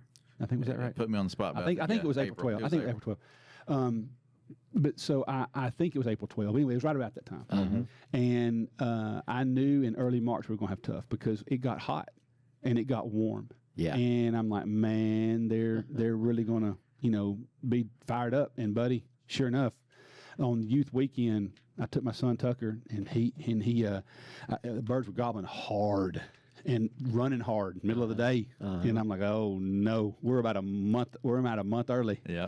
So, but it was also tough, and it was tough in Mississippi. It was tough in Georgia. It was tough in Kentucky. Everywhere we went and every hunter we talked to was saying the same thing. They said, I can't hear birds gobbling. And I killed probably 80% of the turkeys I've killed in my lifetime have been after 10 o'clock. I don't even get excited till after 10 o'clock. And we heard only a couple birds gobble, and I have a lot of farms to hunt, and I'm telling you, they just were on my end. Empirically speaking, it was hard. It was just hard, but I mean that happens. I mean, we killed a few birds in Tennessee, and some of our guys killed birds other places, but yeah, overall it was really tough. I can agree with your season. I had somewhat similar. We heard birds before the season opened. Like you were right. The youth season was April 5th, 6th, and the adult season, or the full season, was April 12th. But so we heard birds right before the youth hunt, and then got out there thinking we're going to have this big bird come in, and a hen came in. The big bird did not. He gobbled once, but he went the other direction. And in our spot we were limited on moving, so they had to come to us. But yeah, I could see that, and I've had people ask, how was your season? Or my season was rough, but it comes with the territory. I mean, it's year to year, temperatures, like you said, weather related, things like that. So, and I'm going to have to pause, come back. We're Tucker. Your son's Tucker. My son's Tucker. So we got Jason and Tucker. That's awesome. A lot of connections here. How old is your Tucker? He is 13. Mine is 14. Well, we're going to have to get together sometime. Yeah. But yeah, so turkey season, and you mentioned doing a lot of turkey videos. How did turkey become your thing? That's a good question. I tell you why I think it was such a big deal. First of all, and you did both of y'all grow up in Tennessee? No, I grew up in Nebraska. Okay.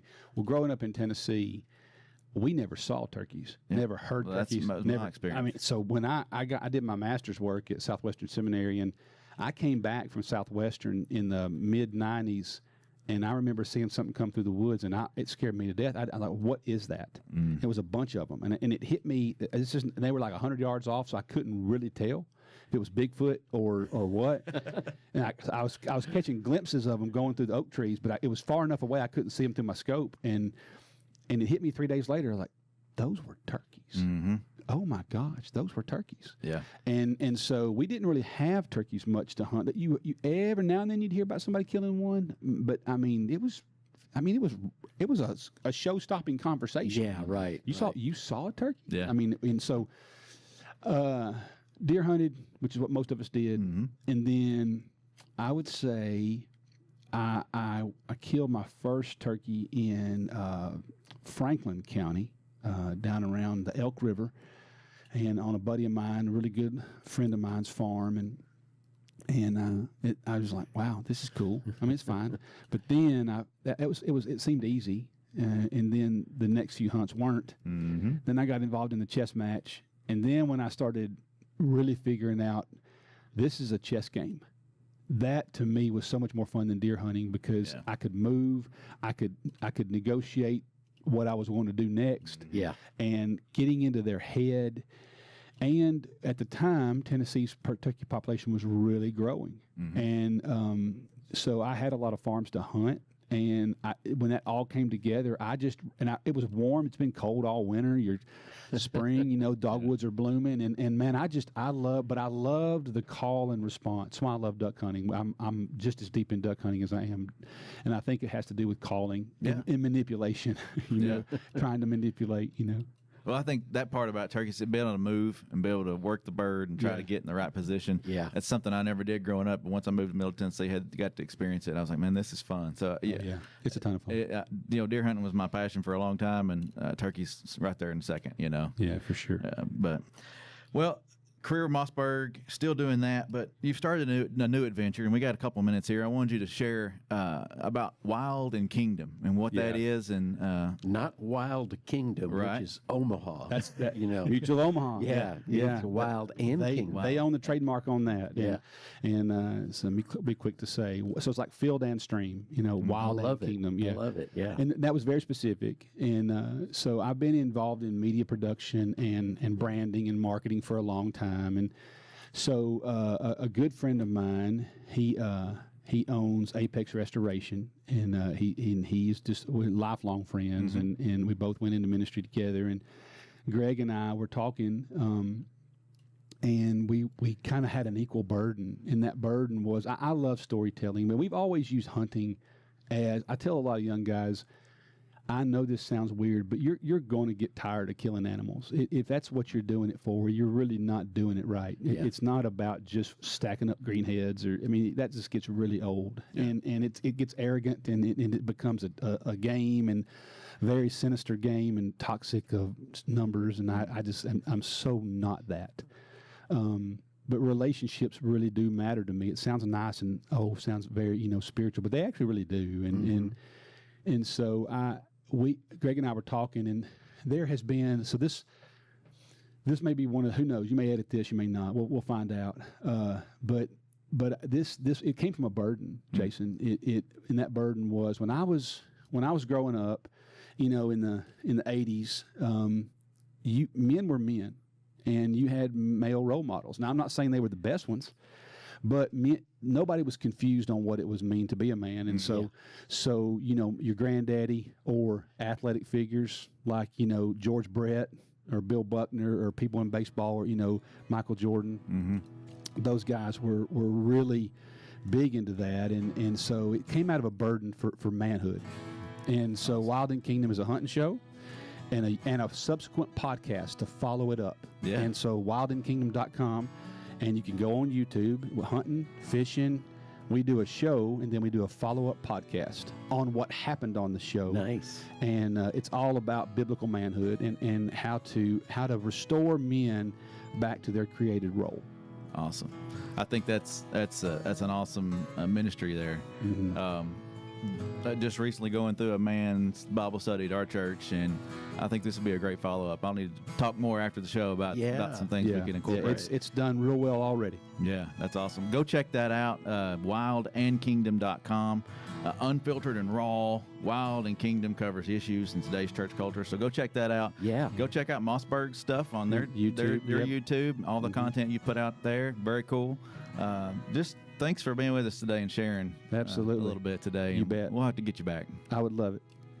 This is Tennessee Wildcast. Thank you all for tuning in, for watching, for listening, and being a part of our show through our social media and everything else. And just keep coming back, and we'll see you next time.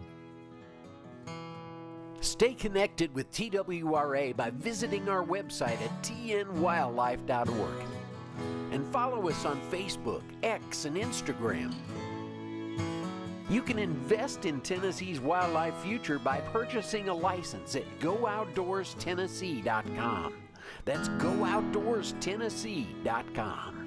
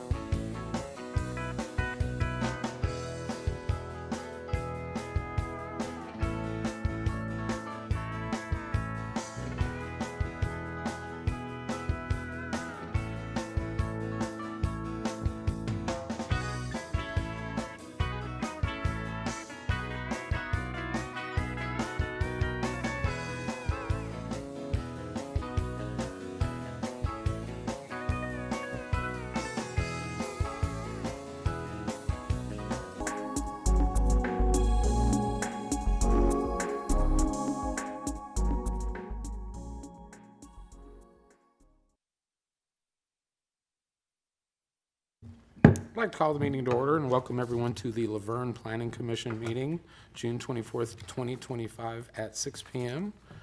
We do have a quorum. First item of business is to approve the meeting minutes of May 27th, 2025 regular meeting and June 10th, 2025 workshop. So moved. We have a motion and a second. All in favor say aye. Aye. Aye. All opposed? Motion passes. Item number 3 has been, well, no public comment, Mr. Logan? No, sir. Thank you. Thank you. Item number 3 has been deferred. Item number 4, we are going to address after item number 11. So we'll come back to that. So we'll start with item number 5. Final plat, the re-subdivision of Lot 15, Morningside Acres, Section 1. 2 lots on 1.02 acres requested by Huddleston Steel. Property located on Old Jones Mill Road, tax map 13H, Group A, parcel 39, R1 Low Density Residential Zoning District, property owned by Martha H. Queener. Mr. Logan. So this is a request for final plat approval, and this is the re-subdivision of Lot 15 of Morningside Acres. And you can see there on the screen, this property is located at the corner of Meadowlark Lane and Old Jones Mill Road. So if we zoom in here, you can see the property has an existing home on it, and of course a new lot will be here in the rear section. This property is zoned R1, which is low density residential, which is the orange color there on the screen. So this entire area is R1. And this property is currently owned by Martha Queener. And if we move down, here's some photos of the property. So this is taken there at the corner, and you can see the fire hydrant shown there. Another view of the home. So it's a brick home, ranch style, that's existing on the lot. And then this is the plat on the screen. So you can see the proposed soil areas when the state came out and did their testing. And also you can see one lot, which the existing home will be on lot 15 when it's subdivided, and that lot's 0.64 acres, and then the new lot in the back will be 0.38 acres.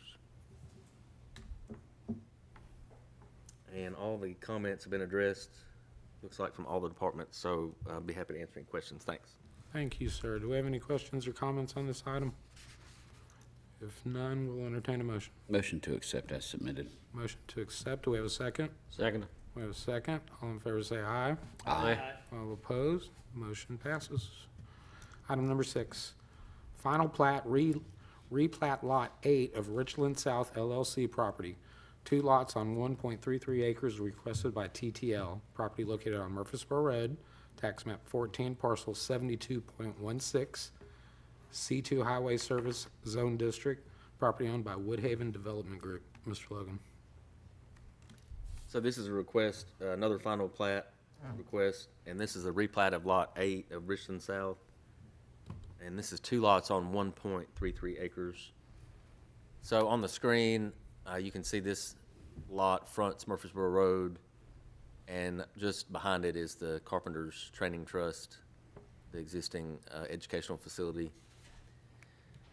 So this is in the area of Chipotle and Aldi as well, which has been built in the last year. So zooming in, you can see the lot more closely, and it is next door to, used to be Miracle Baptist Church, and now I believe it's Emmanuel Baptist Church. But anyway, this is the lot, and they've not submitted yet, but the plan for the future is to build a 7-brew coffee shop at this location. So we should be seeing that site plan in the next few weeks. As I said, it's 1.33 acres, and some photos here of the site. So right now, the area's been cleared and graded for construction. This is Murfreesboro Road to the right of the screen. And then the plat shows lots 8 and 10. And you can see there how they'll be arranged after the subdivision.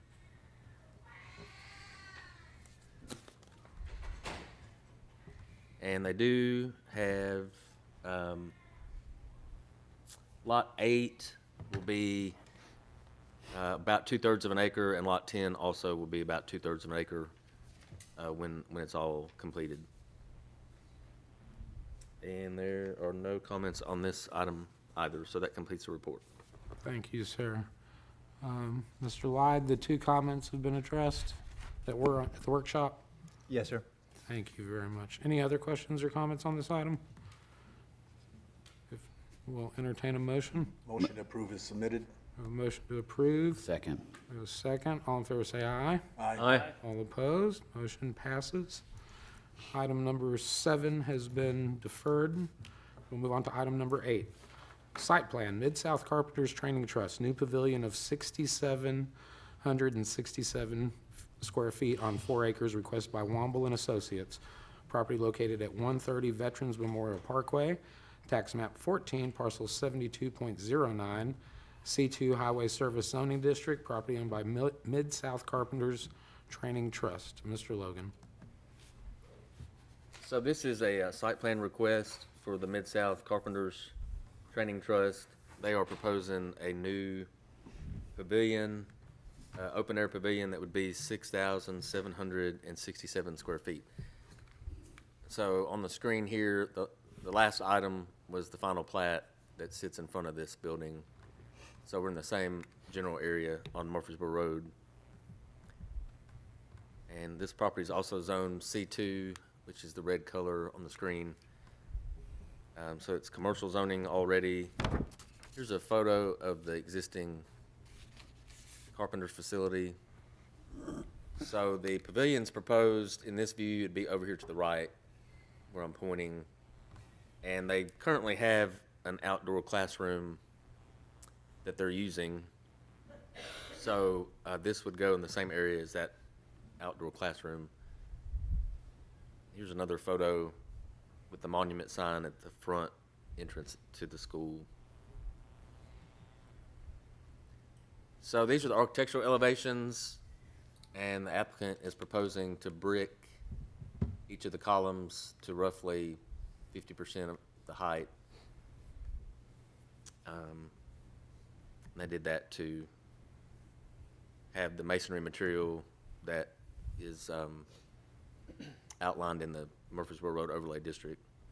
And there's one more view from the side of the proposed pavilion. So again, it's open air. This is an architectural rendering that shows the open air design.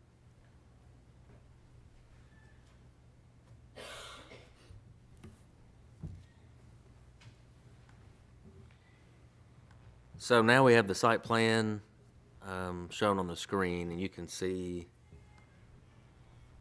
when I zoom in here to the right. So grayed out over here is the existing building, and then to the southeast, they'll build the pavilion.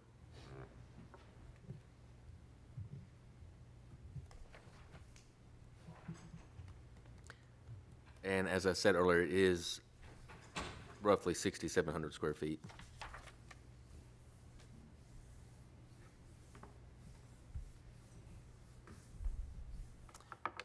And believe, since it's not heated and cooled, it's kind of a small plan set. But that's the plan. I think we've covered everything, and there's no outstanding staff comments. Thanks. Thank you, sir. Any questions or comments from the board? Do we have a representative here for this project? If you would state your name and address for the record, please, ma'am. Hello, I'm Sarah Tu and located at 216 Centerview Drive in Brentwood. Thank you. The stone and brick in the covered area here, is that going to match or replicate what we have in the existing building? The existing building, yes, it's the same. And then will there be permanent tables, supplies, machinery underneath that structure? So we did visit the existing classroom. I'm assuming they would be using the same equipment. It did look like they had some type of equipment outside. I'm just not sure exactly what they would be using, but Okay. Are you asking if it would be fenced? Yeah, I mean, is it going to be permanent? I mean, obviously worried about theft or whatnot, or? That is a great question. Danny, I'm going to ask him to answer that one. Thank you. I'm Danny Womble, 216 Centerview Drive. It'll be used exactly like it's been used ever since it was built. This is an area where they teach their students how to build scaffolding, how to put the scaffolding up. And so they'll have hand tools like nail hammers and skill saws and things of that nature. And they'll build a scaffold, they'll practice on it, then they'll take it down, then they'll build another one. Okay. All this is doing is giving them a cover over it so they can hold class when it's raining. Okay. So the plan isn't to have materials out there No, overnight and stuff? Okay, no. long term. All right. No. Very good. Thank you. Thank you. Any other questions? We will entertain a motion. Motion to accept as submitted. We have a motion to accept, and we have a second. All in favor say aye. Aye. All opposed? Motion passes. Item number 10, item number 9. Recommendation to the Board of Mayor and Aldermen, rezoning of property requested by Corey McLennan, 4.36 acres, property located at 782 Waldron Road, tax map 29, parcel 38, current zoning district, R1 low density residential zoning district, proposed zoning district, C2 highway service zoning district, property owned by Corey McLennan. Mr. Logan. Thanks. This is a request for rezoning, and you can see here on the screen, this is on South Waldron Road, roughly at the intersection with Blair Road. This is Blair to the right that comes off. So this applicant is requesting to change from residential R1 to commercial zoning, and they are requesting C2, which is highway service commercial. And as we zoom in, you can see more clearly the road, Waldron Road here, and this is the house that's existing. And there's some other outbuildings in the rear yard. And this is 4.36 acres. So this is all on the west side of Waldron Road. And again, it's just north. There's one lot between this request and the intersection of Blair Road. So I'll go back to the larger map. For more perspective, this is the Ridge subdivision at the bottom left. And then the Industrial Development Board property, the roughly 77 acres, is this parcel to the north of the ridge, and then this parcel beside the ridge. And then this is Arbor Ridge under construction in the bottom right corner. So there's a whole lot of moving parts on this side of town. You can see the assessor's office has already platted this right-of-way for the extension of Blair Road. So that's for Blair West. So that's already showing there the new road alignment as it's built, as it would be built. So on the zoning map, this entire stretch is solid R1, which is low-density residential today. And it's our understanding that the applicant is anticipating with the future road widening of Waldron Road that they're anticipating commercial development, and of course with a larger roadway and wider roadway, the complexion of that whole area is going to change. So that's part of the reasoning that the applicant's requesting this rezoning. Here's some photos so you can see the existing home and existing driveway. And then they do have the wooden fence that goes along the entire frontage. You can see that a little better here. So this is looking north, back toward I-24, and you can see the fencing and then the road frontage. And these are some of the tax maps that the applicant submitted. And this is the original subdivision that goes back many, many years, but it was called Golden Estates when it was platted. Of course, on these, there's not really staff comments, so that completes the report. Thank you, sir. Do we have any questions or comments on this item? Our motion is for a recommendation for favorable or unfavorable, so we'll entertain a motion. I'll make a motion for a favorable recommendation to the Board of Mayor and Aldermen. Second. We have a motion for a favorable recommendation and a second. All in favor say aye. Aye. All opposed? Motion passes. We'll be sending a favorable recommendation to the mayor and alderman. Next item, item number 10. Recommendation to the Board of Mayor and Aldermen for subdivision acceptance, Brookside, Phase 2, 88 lots, requested by Mitchell Bowman, property located off McCaw Lane, tax map 29, parcel 28, R2 medium density residential zoning district. Mr. Logan. So this is a request for subdivision acceptance. This is at Brookside Phase 2, and this is 88 lots. And you can see there on the screen, it's the area outlined in blue. This whole area outlined in blue. And I'll turn it over to Mr. Lyden. Okay, we've worked with Mr. Bowman for some time, and he's worked with us well. We've gotten through all of the comments over the past few months, and the staff has no further comments. All items have been addressed. Very good, thank you. Any questions or comments from the board? Once again, we'll entertain a motion. I'll make a motion to send a favorable recommendation to Mayor and Alderman. Second. We have a motion for a favorable recommendation and a second. All in favor say aye. Aye. All opposed? Motion passes. We will be sending a favorable recommendation on this item. Item number 11, final plat, 314 retail building, 2 lots on 1.01 acres, requested by Danny Womble, property located at 314 Old Nashville Highway, tax map 17D, Group B, parcel 15, C2 Highway Service Zoning District, property owned by Good Brothers LLC. Mr. Logan.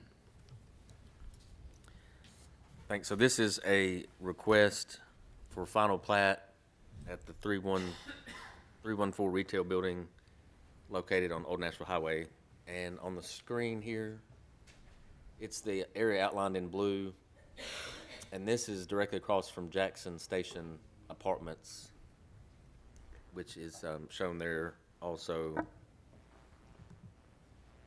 So, closer view, this is Woody Thomas at the intersection of Old Nashville Highway, and then, of course, Woody Thomas aligns with the entrance to the Jackson Station Apartments. So you can see all that well there. This property is already zoned C2, which is Highway Service Commercial, and it's been zoned C2 for several years now. But as you remember from several workshops in the past couple months, they're still being used residentially. So this photo shows the residential lot here, shows the 2 residential structures. So the house there with the front porch and the large tree, of course, that's the older structure, and then the 2-story building to the left was added sometime later, but is a detached structure. There's a different view of the 2 buildings.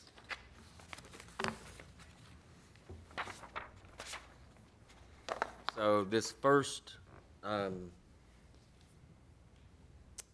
item is just the plat. So currently this property is 1.01 acres.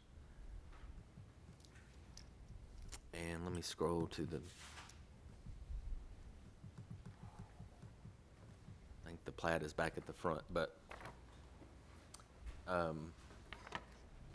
since this got moved around, just show you this part. So this is what the applicant's proposing. You can see lot 1 and 2, 1 on the left, 2 on the right.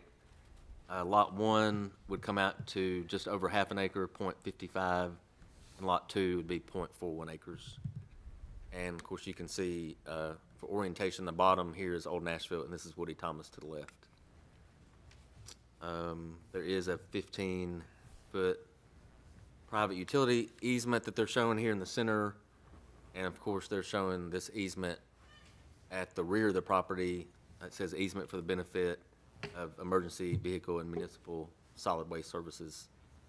So that would be for fire, rescue, etc. I believe all the comments on the plat have been worked through, so that completes the report. Thanks. Thank you. Do we have any questions or comments from the board? None, we'll entertain a motion.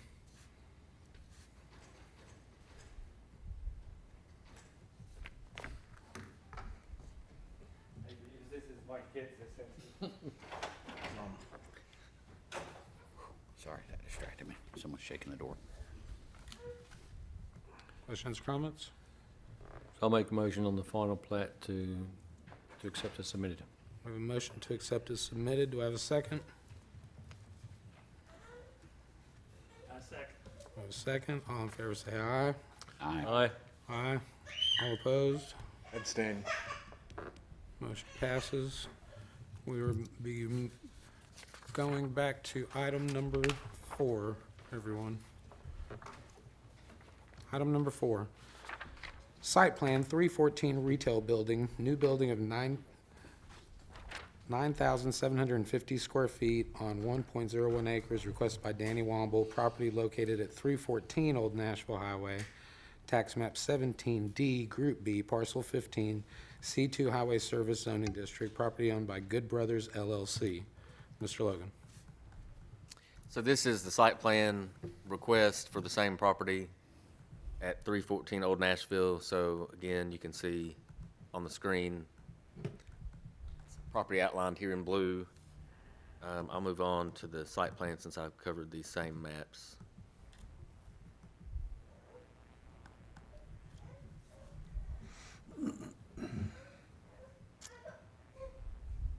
So the site plan shows phase 1 and 2.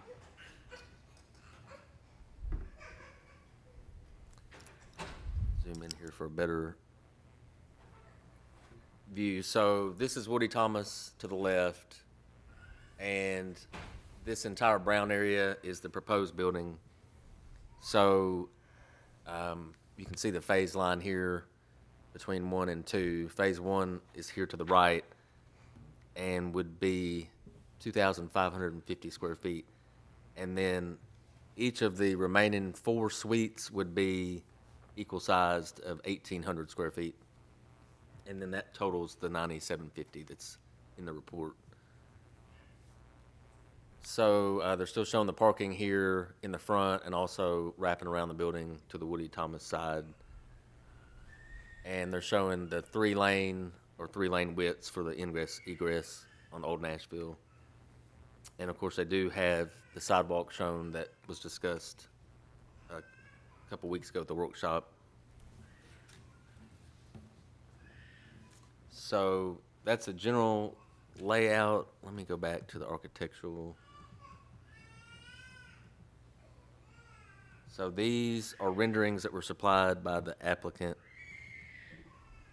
So this is the entire retail center as it would look. And of course they've just highlighted this brick color for phase 1 to sort of make it stand out. But I believe the entire center would match and the brick color would match when it's completed.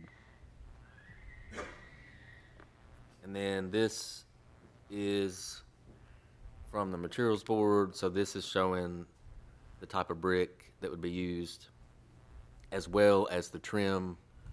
They are proposing hardy board for the rear wall as well as the temporary wall if it's needed. And I know there was the discussion of the temporary wall a few weeks back.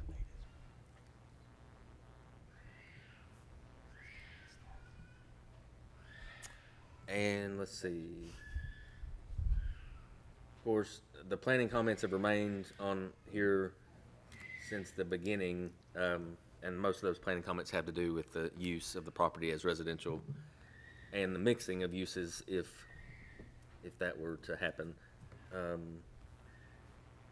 see some utilities. I'll turn over to Mr. Lyde so he can discuss those. Okay, the utility comments are for information only. That is just to assist the engineer and the developer in complying with our requirements. And so those really don't have any impact on what y'all are looking at. Everything complies with the subdivision regulations and the zoning ordinance.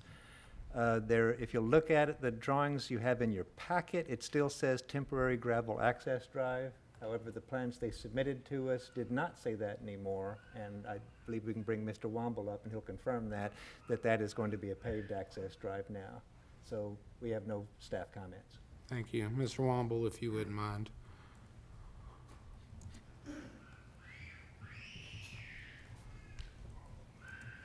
Danny Womble, 216 Centerview Drive, Brentwood, Tennessee.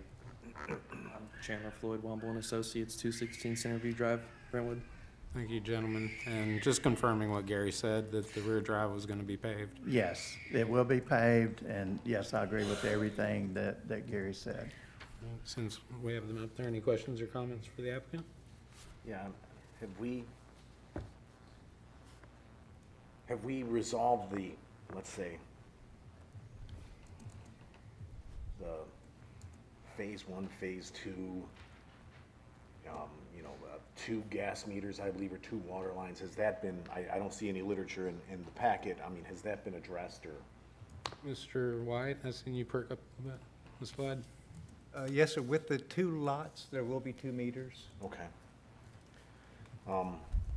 And it is one tenant then that is paying the rent? Yes. Yes. And do we have confirmation do we have a date certain then on the demolition should this not go as planned, let's say? We provided a copy of the lease. Okay. Lease goes through the end of December in 2026, and the property owner will move the tenant out and then tear the building down. We also provided the bids for a bond to go with the plat. The bond amount would be $26,000 as we proposed. And that would ensure that if the property owner doesn't perform, the city can take it down with the money from that bond. Okay. It could be before December 31, 2026 that we see? It could be. Okay. That's the hope. Very good. All right. Thank you. Thank Further you. questions, Mayor? This is for legal. Is there anything that needs to be in the motion or any paperwork from a legal perspective needed in regards to the potential bond? I would just make the motion, I would suggest that you make the motion subject to providing sufficient paperwork relative to the bond and the timing. So if that's all included in the packet as submitted is what I understand from Mr. Womble, then I would, if you were to make a motion, I would say that everything is contingent on the accuracy of the submittal documents. Okay, thank you. Mr. Coates? Mr. Womble, just on the, I see volunteer demolition and Patriot HDCE services. We didn't get anything from them in writing? Both of those were emailed in, and the third one was $18,704 from Patriot Demolition. So the 3 of those added together averaged out is $18,958. Then the regulations require add 20% for inflation. That comes out to $22,749. We have put inflation on the largest bid, which was $21,000. That brings it to $26,000. So based on the average, it actually gives you $7,042 to cover inflation, or 37%. to mitigate the fact that these were email bids. We didn't get a copy of the HDCE services. We didn't get a copy of that. That's why I'm asking the question. Yeah. Well, they wanted to bid. Same question, Mayor? Oh, okay, All three of them are there. okay. Yeah, all three of the bids are in. So we just, obviously, the staff copy this one.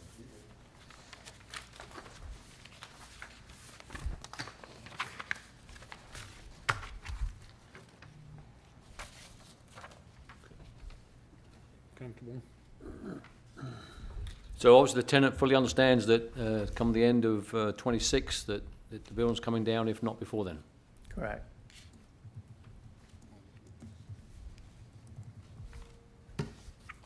And the bond will be submitted to the city. Obviously, we'll have the funds to do this. Yes, the bond will be posted at the time the plat's approved and signed and recorded. Good, sir? Sure. I'm fine. Gary? I'll entertain a motion. Make a motion to accept with the provision of the bond being included at $26,000 for demolition. I'll second. We have a motion to accept with the mayor's contingencies and a second from Mr. Coates. All in favor say aye. Aye. Aye. All opposed? Motion passes. Thank you, gentlemen. Item number 12, combination plat, 192 and 198 Old Nashville Highway, one lot on 1.35 acres requested by Huddleston Steel, property located at 192 and 198 Old Nashville Highway, tax map 15M, Group E, parcels 4 and 5, C2 Highway Service Zoning District, property owned by Better Home LLC. Mr. Logan. Thanks. So this is a combination plat request for 192 and 198 Old Nashville Highway. This lot is 1.35, or the two lots together are 1.35 acres. So when it's combined, it'll be one lot of 1.35 acres. And you can see there on the screen, this is listed or shown. This is the railroad track that goes across the top third of the picture. So this is the underpass and Old Nashville Highway here. So of course then this is the really sharp hairpin turns if you want to go down Old Waldron Road. But this building here, I know we talked about it a couple weeks ago.